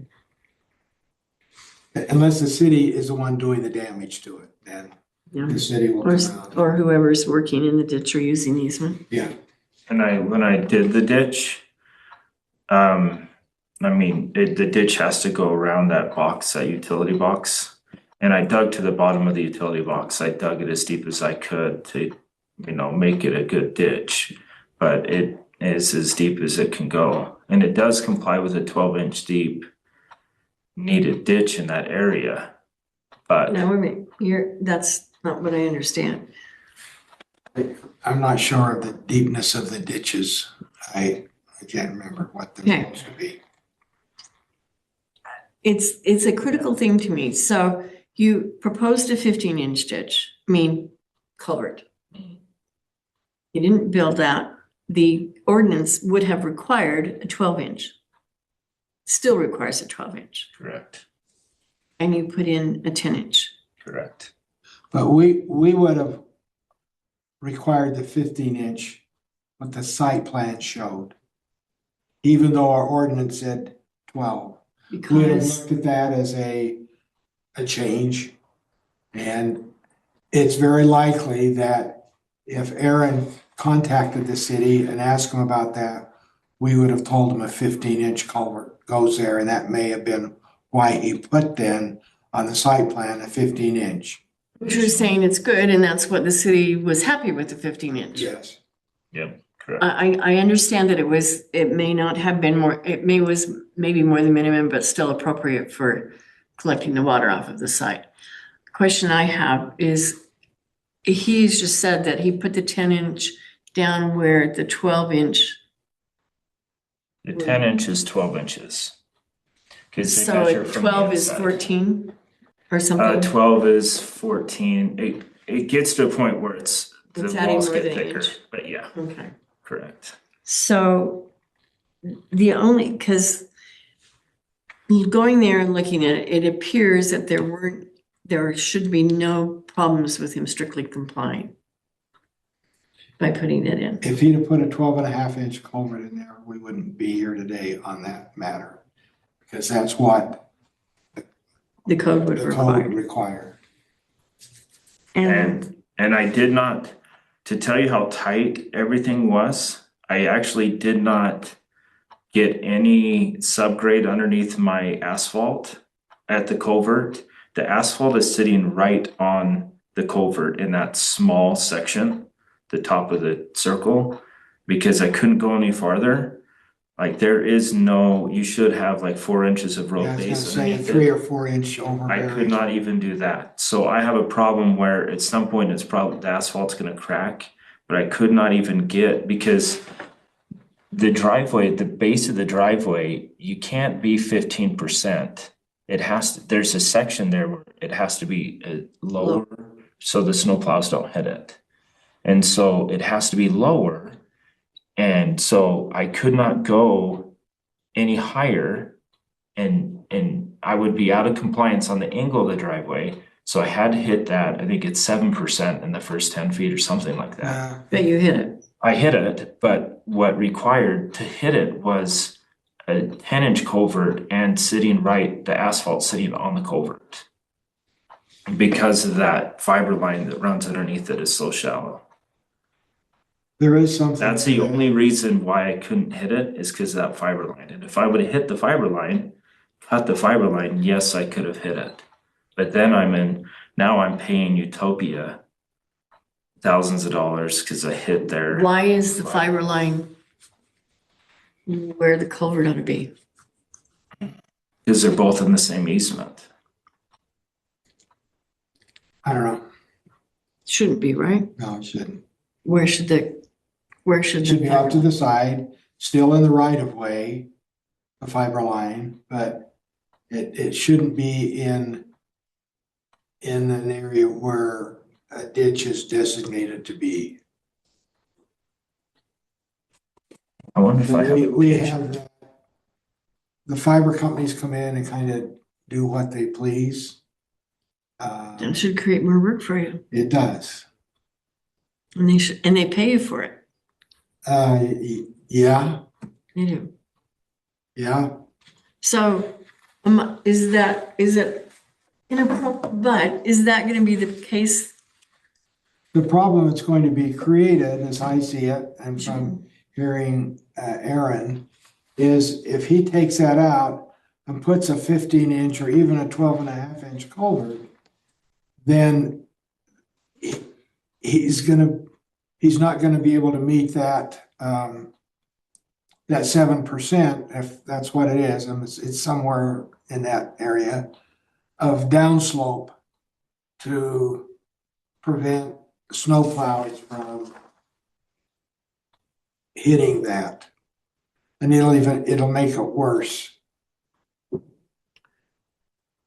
So if he complies, he's got to remove the fiber optics that are in the wrong place. Well, we'd have to have a fiber company come out and probably do that because they'll probably need to be cut and moved.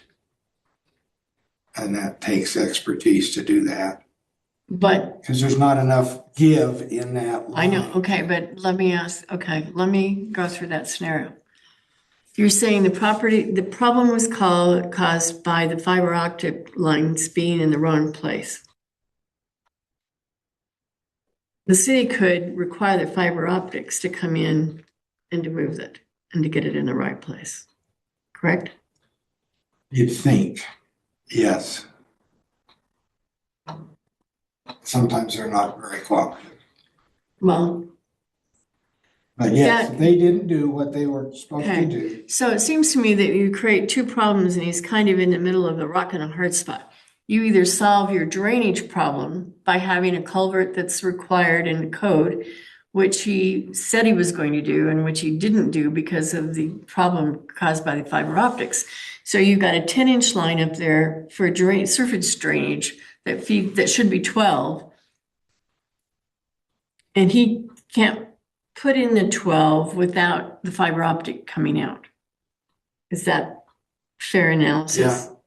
So either you screw your drainage or you screw your street.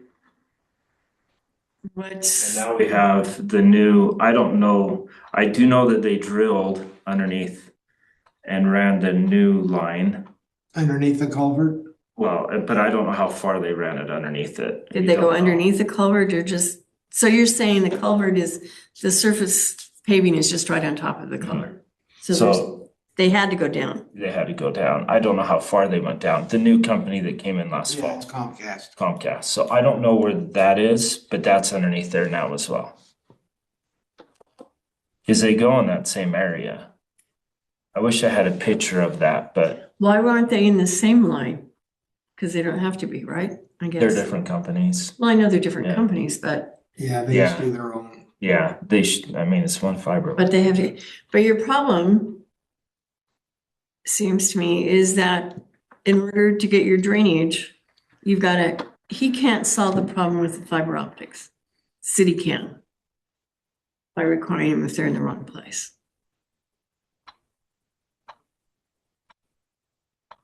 So which hazard is more?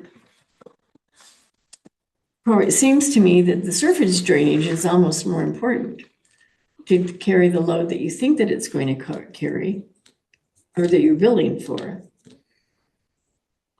If you're, I don't think so. You don't pick up at the top of the cul-de-sacs you're picking up everything from everything that's uphill above you. and there's nothing uphill. I'm at the end of a cul-de-sac. You're at the end of this cul-de-sac, but behind you, there's property and there are other houses uphill from you. But they've got their own. But they have their own drainage. Trenches, ditches and so. And you're on a mountainside that the reason why none of it hits the ditch is because it's all trees. It doesn't, So what's back behind you? Isn't there another house? Aren't there other houses and other lots that?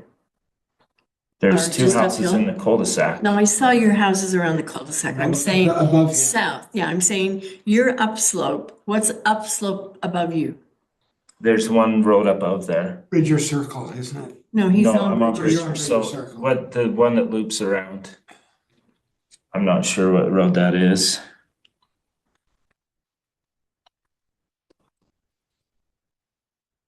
But I don't think the drainage is the issue. I truly don't. Each cul-de-sac takes care of its own. Or each street takes care of its own drainage. That's what it's designed. Well, but realistically, unfortunately, gravity says otherwise. You're gonna take care of everything that's uphill from you. because it's not gonna drain the other way until you get up to a slope and goes the other way. There's no way to collect that. In order No, it'll to, come down, and it's gonna come down, in a mudslide. it's gonna Because come there's no down on your, ditches. it's gonna come down yours now very steep sides, to get to a culvert where it's supposed to be taken away. And some of that is okay. Our ordinance says that you can't, in building a home, you can't create more of a runoff than you had before on that lot. In other words, by putting in a driveway and other You're, cement things around there, you've got to retain that some way on your lot. this one doesn't retain anything, and we don't know what happens uphill. But that's what our ordinance says. Okay. And you. I don't think at the top of a Who cul-de-sac. calculated the 50?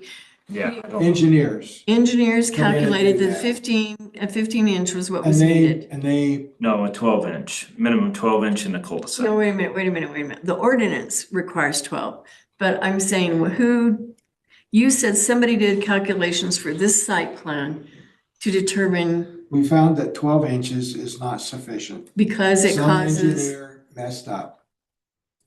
So that's why we tell everybody 15-inch culvert, even though the ordinance may say 12 or 12 and a half inches.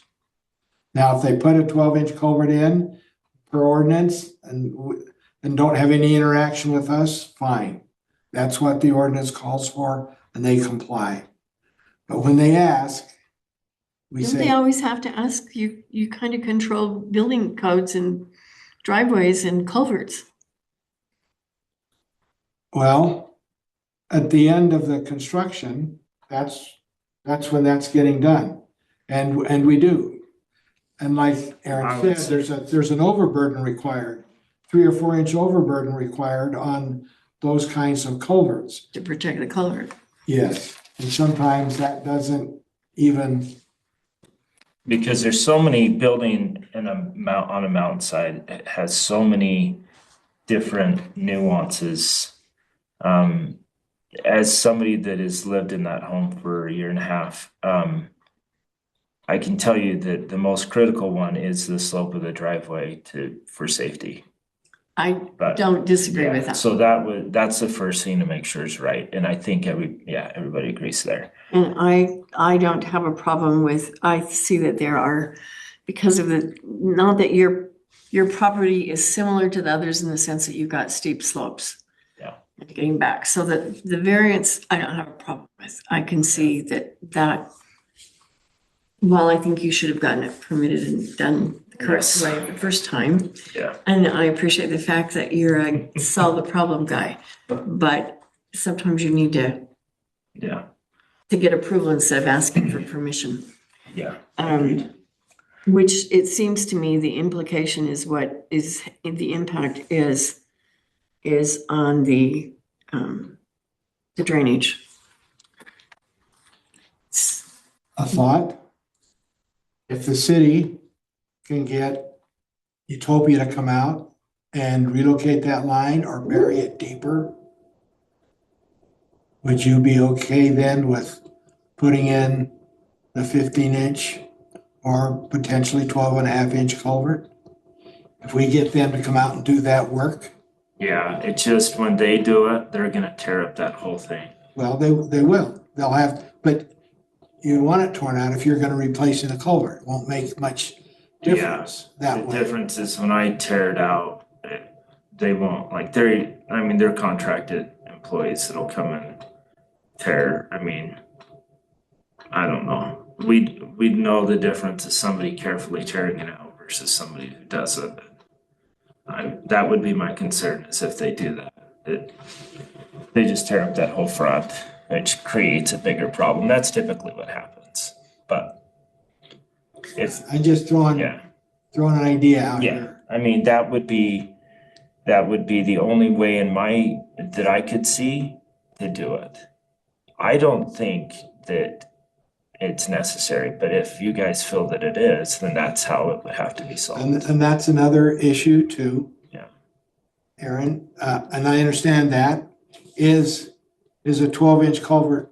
It may not be ideal, but will it work? Well, I don't know. That's out of my wheelhouse. An engineer would, and there'd need to be an assessment as a further review to see if 10-inch culvert would be okay there. Again, maybe not ideal, but acceptable. And maybe that's something I have to do is have an engineer come and look at it. um,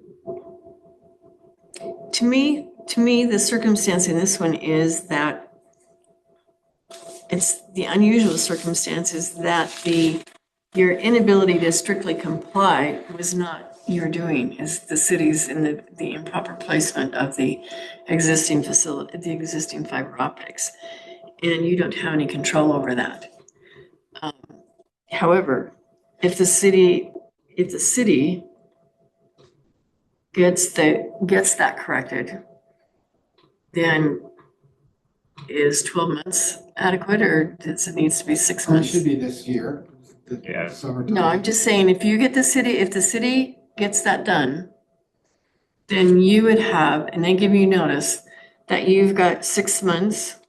I think it would have to be all done at the same time, depending on He'd want how. it done, because if they It's come in gonna there be and tear done. that out, he's gonna want to get it replaced Okay. ASAP. And the other 6 months is next winter. So really we get it done between now and October, or else we don't get it done, right? This year.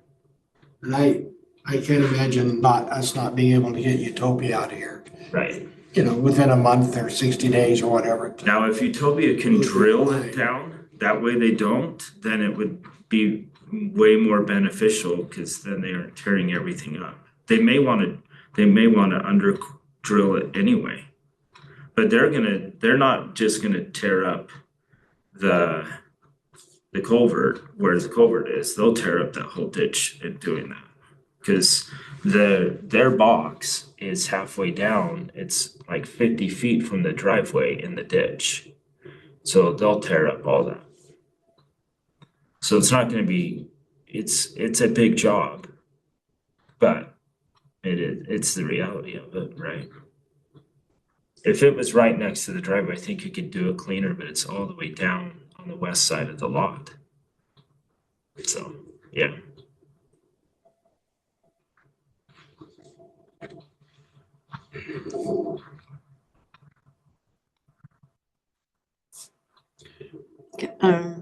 Let me Yeah, just, there's some okay, other added moving parts here that well, and become part of the equation. they have. And so at this point, the grant doesn't justify it. What justifies in your situation is, I mean, you solved the slope, and I'm not talking about the slope now, I'm just talking about the culvert. Because the culvert impacts, the drainage system for the whole street and property north of you, and so, but you can't solve it.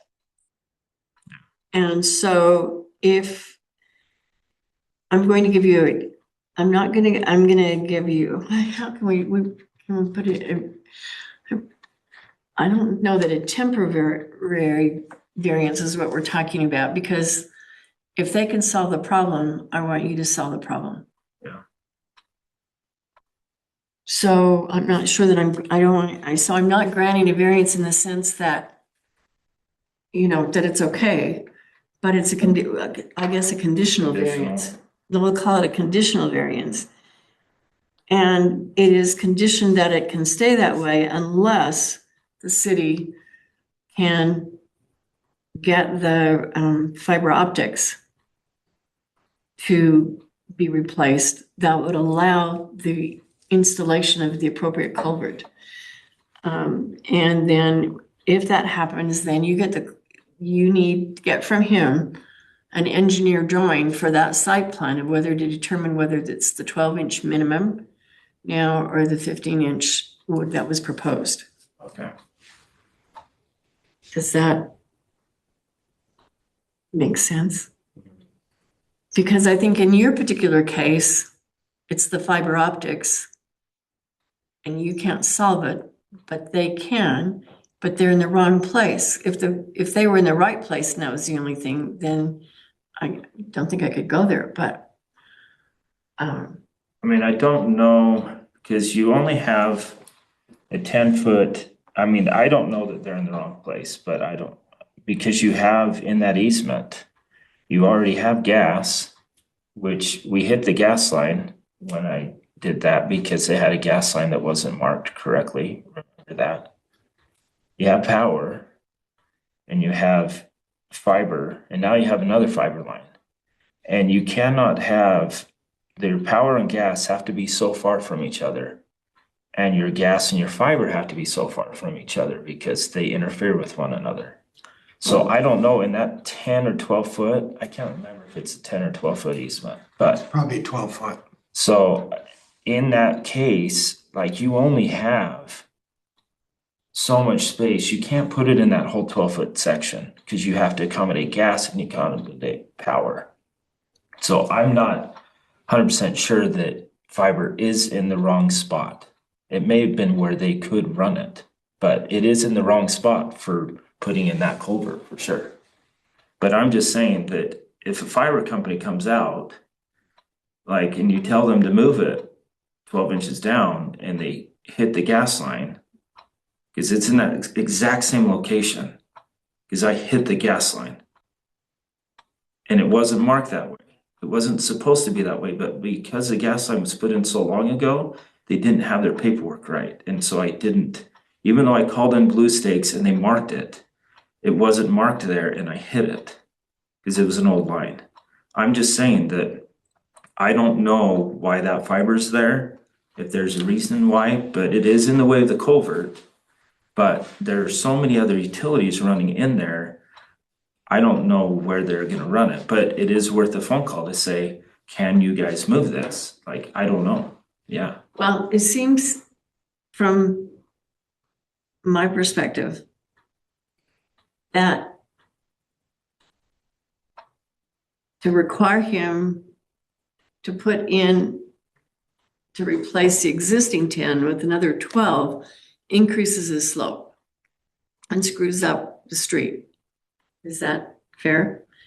I mean, if he doesn't change and go down farther, if he took out what's there and put in what was supposed to be there, the 15, that's going to raise you, what, 3 to 5 inches of 5 inches. 5 inches with the extra stuff that's going to screw up the street and the driveway The other issues with the snow plowing. and the snow plowing. And that would raise it.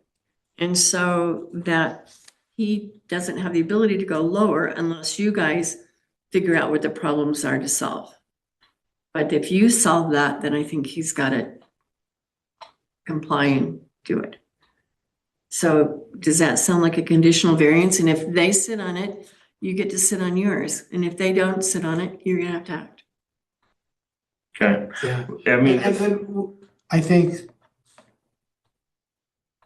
we need to look at it, economy of scale too. Is that something that the city wants to move forward with, or just leave it as it is?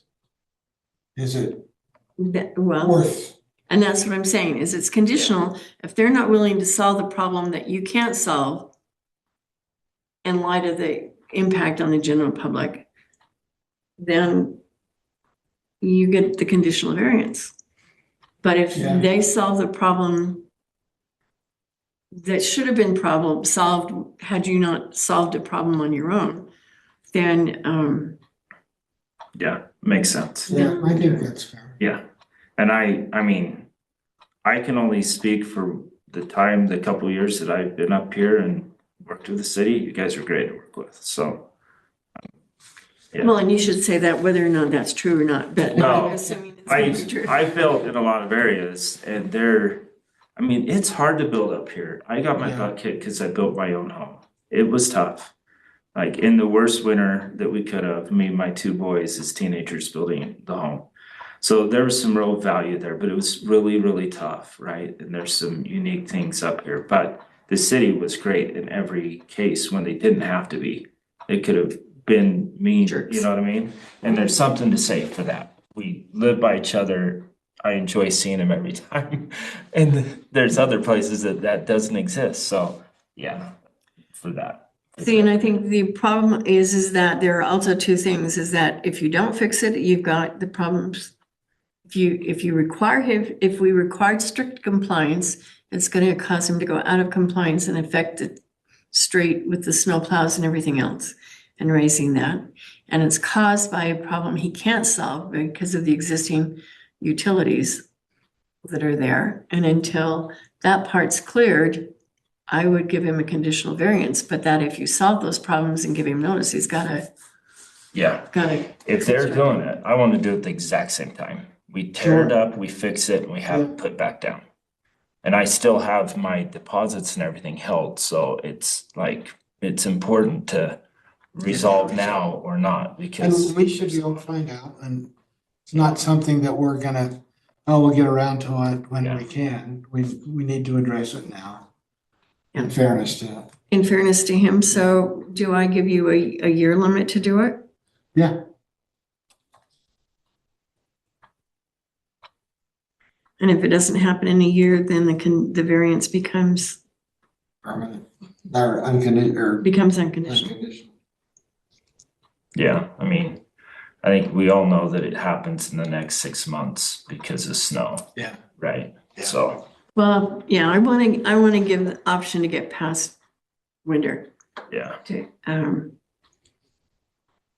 Yeah. Now, changing the subject just a little bit, the other issue, we've addressed it, I guess, maybe in a roundabout way. It's not the driveway slope.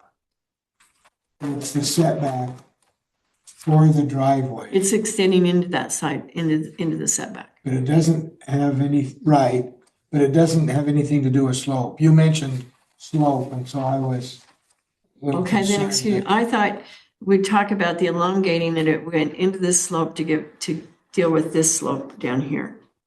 That the elongation into the setback was created in order to get this slope.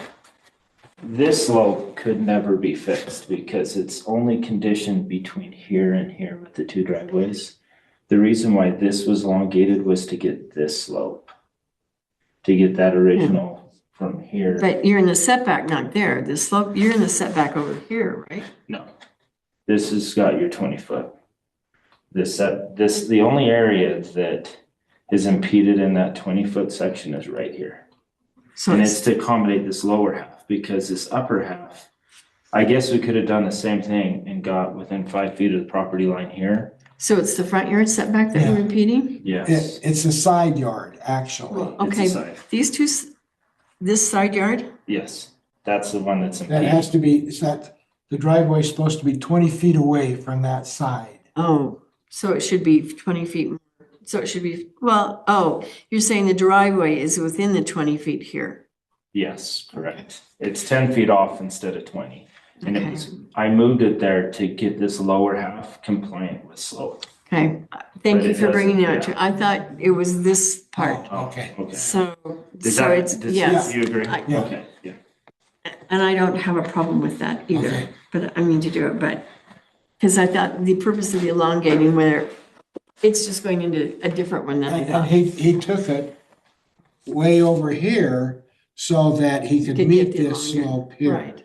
Well, and I understood, So, because if he But it was- came in 20 feet, it'd be, I was sitting It's- at 17% slope. it's, Yeah. but you're focusing it, it's a setback from the driveway to the property, yes, not to the, not the driveway itself. yes. So that should be, if it is now 10, should it be 20? Yeah, so he needs a variance then, if you're willing to grant it. I am, I mean, Okay. I was, I thought it was over here, but Okay. it's over there. I just wanted Yeah, it's on the east side of the property. clarification. So technically, are you considering that's for describing it, that's within the 20-foot front setback, or is that the separation of a driveway from 20 feet from the side yard? It's From a the side Side yard. property line. Okay, That's what, And either side, wherever that, doesn't okay. make any difference where they place the driveway, it has to be 20 feet away. And why that was implemented years ago, so that people who are snow blowing their driveway wouldn't throw it on their neighbor's yard. So they gave them 20 feet to throw the snow off their driveway. When you said that about the front setback, that was kind of throwing me. So it's the Oh, okay, 20 got feet from, confused with that, okay. yeah. So, That's real up here. yeah, Well, and you have such an interesting environment. I mean, that's why people come, is because you have such a great, natural environment. But boy, it brings, drainage and, wildfire. yeah, a lot of other things. Seriously. And I guess I'm a little more, having been to Kauai and see where, streams where they were just dry ditches before, and now people's homes were flooded and Yeah. streets and cars were, well, cars weren't, but I mean, Boulder, and it was interesting to, It's To see. scary when Mother Nature does their thing. yeah, We don't live in a climate that you'd ever have that kind of water. We're not the same, but it only takes once. we do have some crazy storms. We actually had, Well, we Last did all fall we that had a mitigation crazy- though, a couple of years ago because of all that stuff coming down the canyon. right, from the fire, right? Yes, because of fire. That's what, right now, with the vegetation, it's amazing. The vegetation takes all the moisture. There's so many trees, but as soon as you have a fire and you don't have that vegetation, that's when you It's have the the water. grass, yeah. Because then you have the mudslide too. I lived in Saratoga and we had the mudslide. I was gonna say, you have this mudslide usually faster because you've lost not only the trees, but you've lost the grass to hold it in Yeah. place. Yeah, Yeah, and that went, we only had rain for 45 minutes and we had a wall of water come through our subdivision that was 450 feet wide and 4 feet tall. But it was 90% mud and boulders. Yeah. And Picking the up only the thing rain. that saved the kids that were in the streets was the fact that when it rained, it started hailing. So all the kids went in. and then, It was a Saturday night at 7 p.m. I was watching the BYU game and my neighbor came running over and banging on the door because it missed our house by one lot, me and him. And he yelled, "Can you hear that?" And I said, "Yeah, I thought it was just rain." He's like, "It's a mudslide." And so I run out there and there's a mudslide it took out 14 homes. oh goodness. But that's we had a fire in June, July, and that happened. It was the Saturday of Labor Day weekend, that first week of September. It's that fast. Mhm. So you still Yeah, have a chance. well, thank you. Okay, Okay, and Thanks you'll for your write that up explanation. then and. I will, for those, and thanks for supplying me the words for what I wanted to get with that exterior suppression, because Yeah. it just seems to me that that was a solution that I'm sure I wasn't the first one to think of. So I'm doing a big project up in Park City at the east village of Deer Creek, or Deer Valley Ski Resort. And this has come into play in the last 3 months because WUI has changed all of they've updated their paths where ambers could drop. And we weren't in a zone, and now we are in a zone, and we're building 50 townhomes that are between 12 and 18 million dollars a piece. And all of those are now uninsurable unless we up it. So we've had to do exterior fire sprinklers.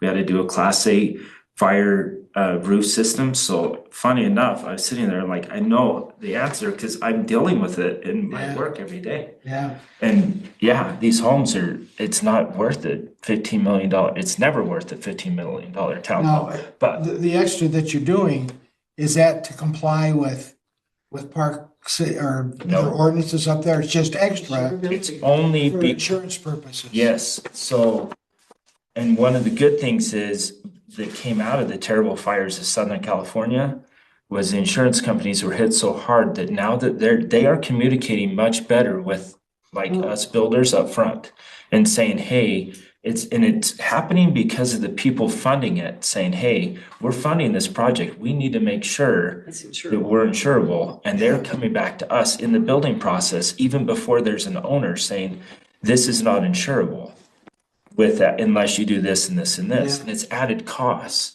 But could you imagine buying a $15 million Still townhome and not then you having cannot have insurance. insurance? It would be horrible. And I think that, you know, I knew it was a long time ago and stuff, but I don't remember now exactly, but those fires that kind of sparked the, you know, the wooey is what you're calling it, to come in, those urban fires. And, you know, it's just, and I know it's affected community, you know, it's particularly not even Park City, but it would there, but even farther ones up, you know, about how close you can Yes. have stuff, things, and you think, oh, that's just crazy. And then you see these horrible fires that are happening and you realize Take that, out entire towns. Yeah. Oh. Yeah.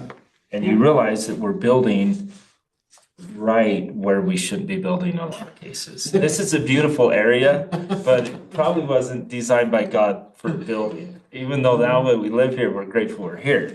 But he probably gave us that valley, but we want to live here.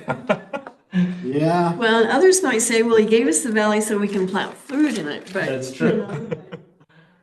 And I grew up on a potato farm in Idaho, so I could empathize with that one too. It's crazy. Did you want to take this with you? No, I want you to keep that. I want you to mark Okay, it and I keep got it with I marked that. the exhibit. And I would imagine that Jody has probably set up some kind of a filing system Yeah. for the thing. Yeah, And I'd fold it up Put and it mark in it and put it in there, so it's with you. will do. And then well, I do this because Well, thank you for your time. well, Yes. and, Appreciate it. And I appreciate you coming, like, it's great help to be able to work as a team and figure out what's best to really, I really appreciate you coming down from Salt Lake and being. well, I'm coming out, and if you hadn't have been able to say that it was the fiber optic problems or that you couldn't do it because of the stuff that was already there, I probably would have made you do it anyway. Well, I only know it was because I was the one with the shovel digging. And so, yeah, I did it without approval, but I didn't do it recklessly because it's my own property, right? Like, I'm like, what else do I do here? But yeah. Next time, call. Yes. But what I was battling is it was September and October, we get snow here. You're Yeah, trying to So get you're in. battling, if I didn't put down an asphalt, there, I couldn't have occupied that house. And Oh, it that's was right. when the interest rates were going up, I'd never said this, but it was because I built it myself, I was always behind schedule. But my last 4 months of my loan, I ended up paying over $50,000 in fees to extend the 4 months, but the bank wouldn't let me extend any farther without adjusting my interest rate. And it would have jumped my payment like $2,000 a month, which then meant I wouldn't have been able to live in the home. So it was, I did that calculated, knowing if I have to pay to rip out that driveway, it's cheaper than what I'm faced with now. So it's the best of the worst two options, right? So it's a calculated risk and, Yeah. and you would have gotten tagged. Well, you got tagged. Yeah. And had they not been there, you would have I been. would have had the 12-inch. I wouldn't have had the 15. It's in my mind. yeah. Yeah. And there was nothing we could or should have done by it because it's Right. code. Right. So, that's on us. Yeah. If it's not good, then we need to change it, so. Well, thank you. It's good to meet you. Glad to meet Appreciate you. your time. Very good. Thank you very much. You bet. Yeah, appreciate it. Sure. Okay. Like always, good now. If we want to meet out there and talk about it, kind of look at it together, let me know. Okay, all right, let's see. Reach out to the fire company and see how long they are. And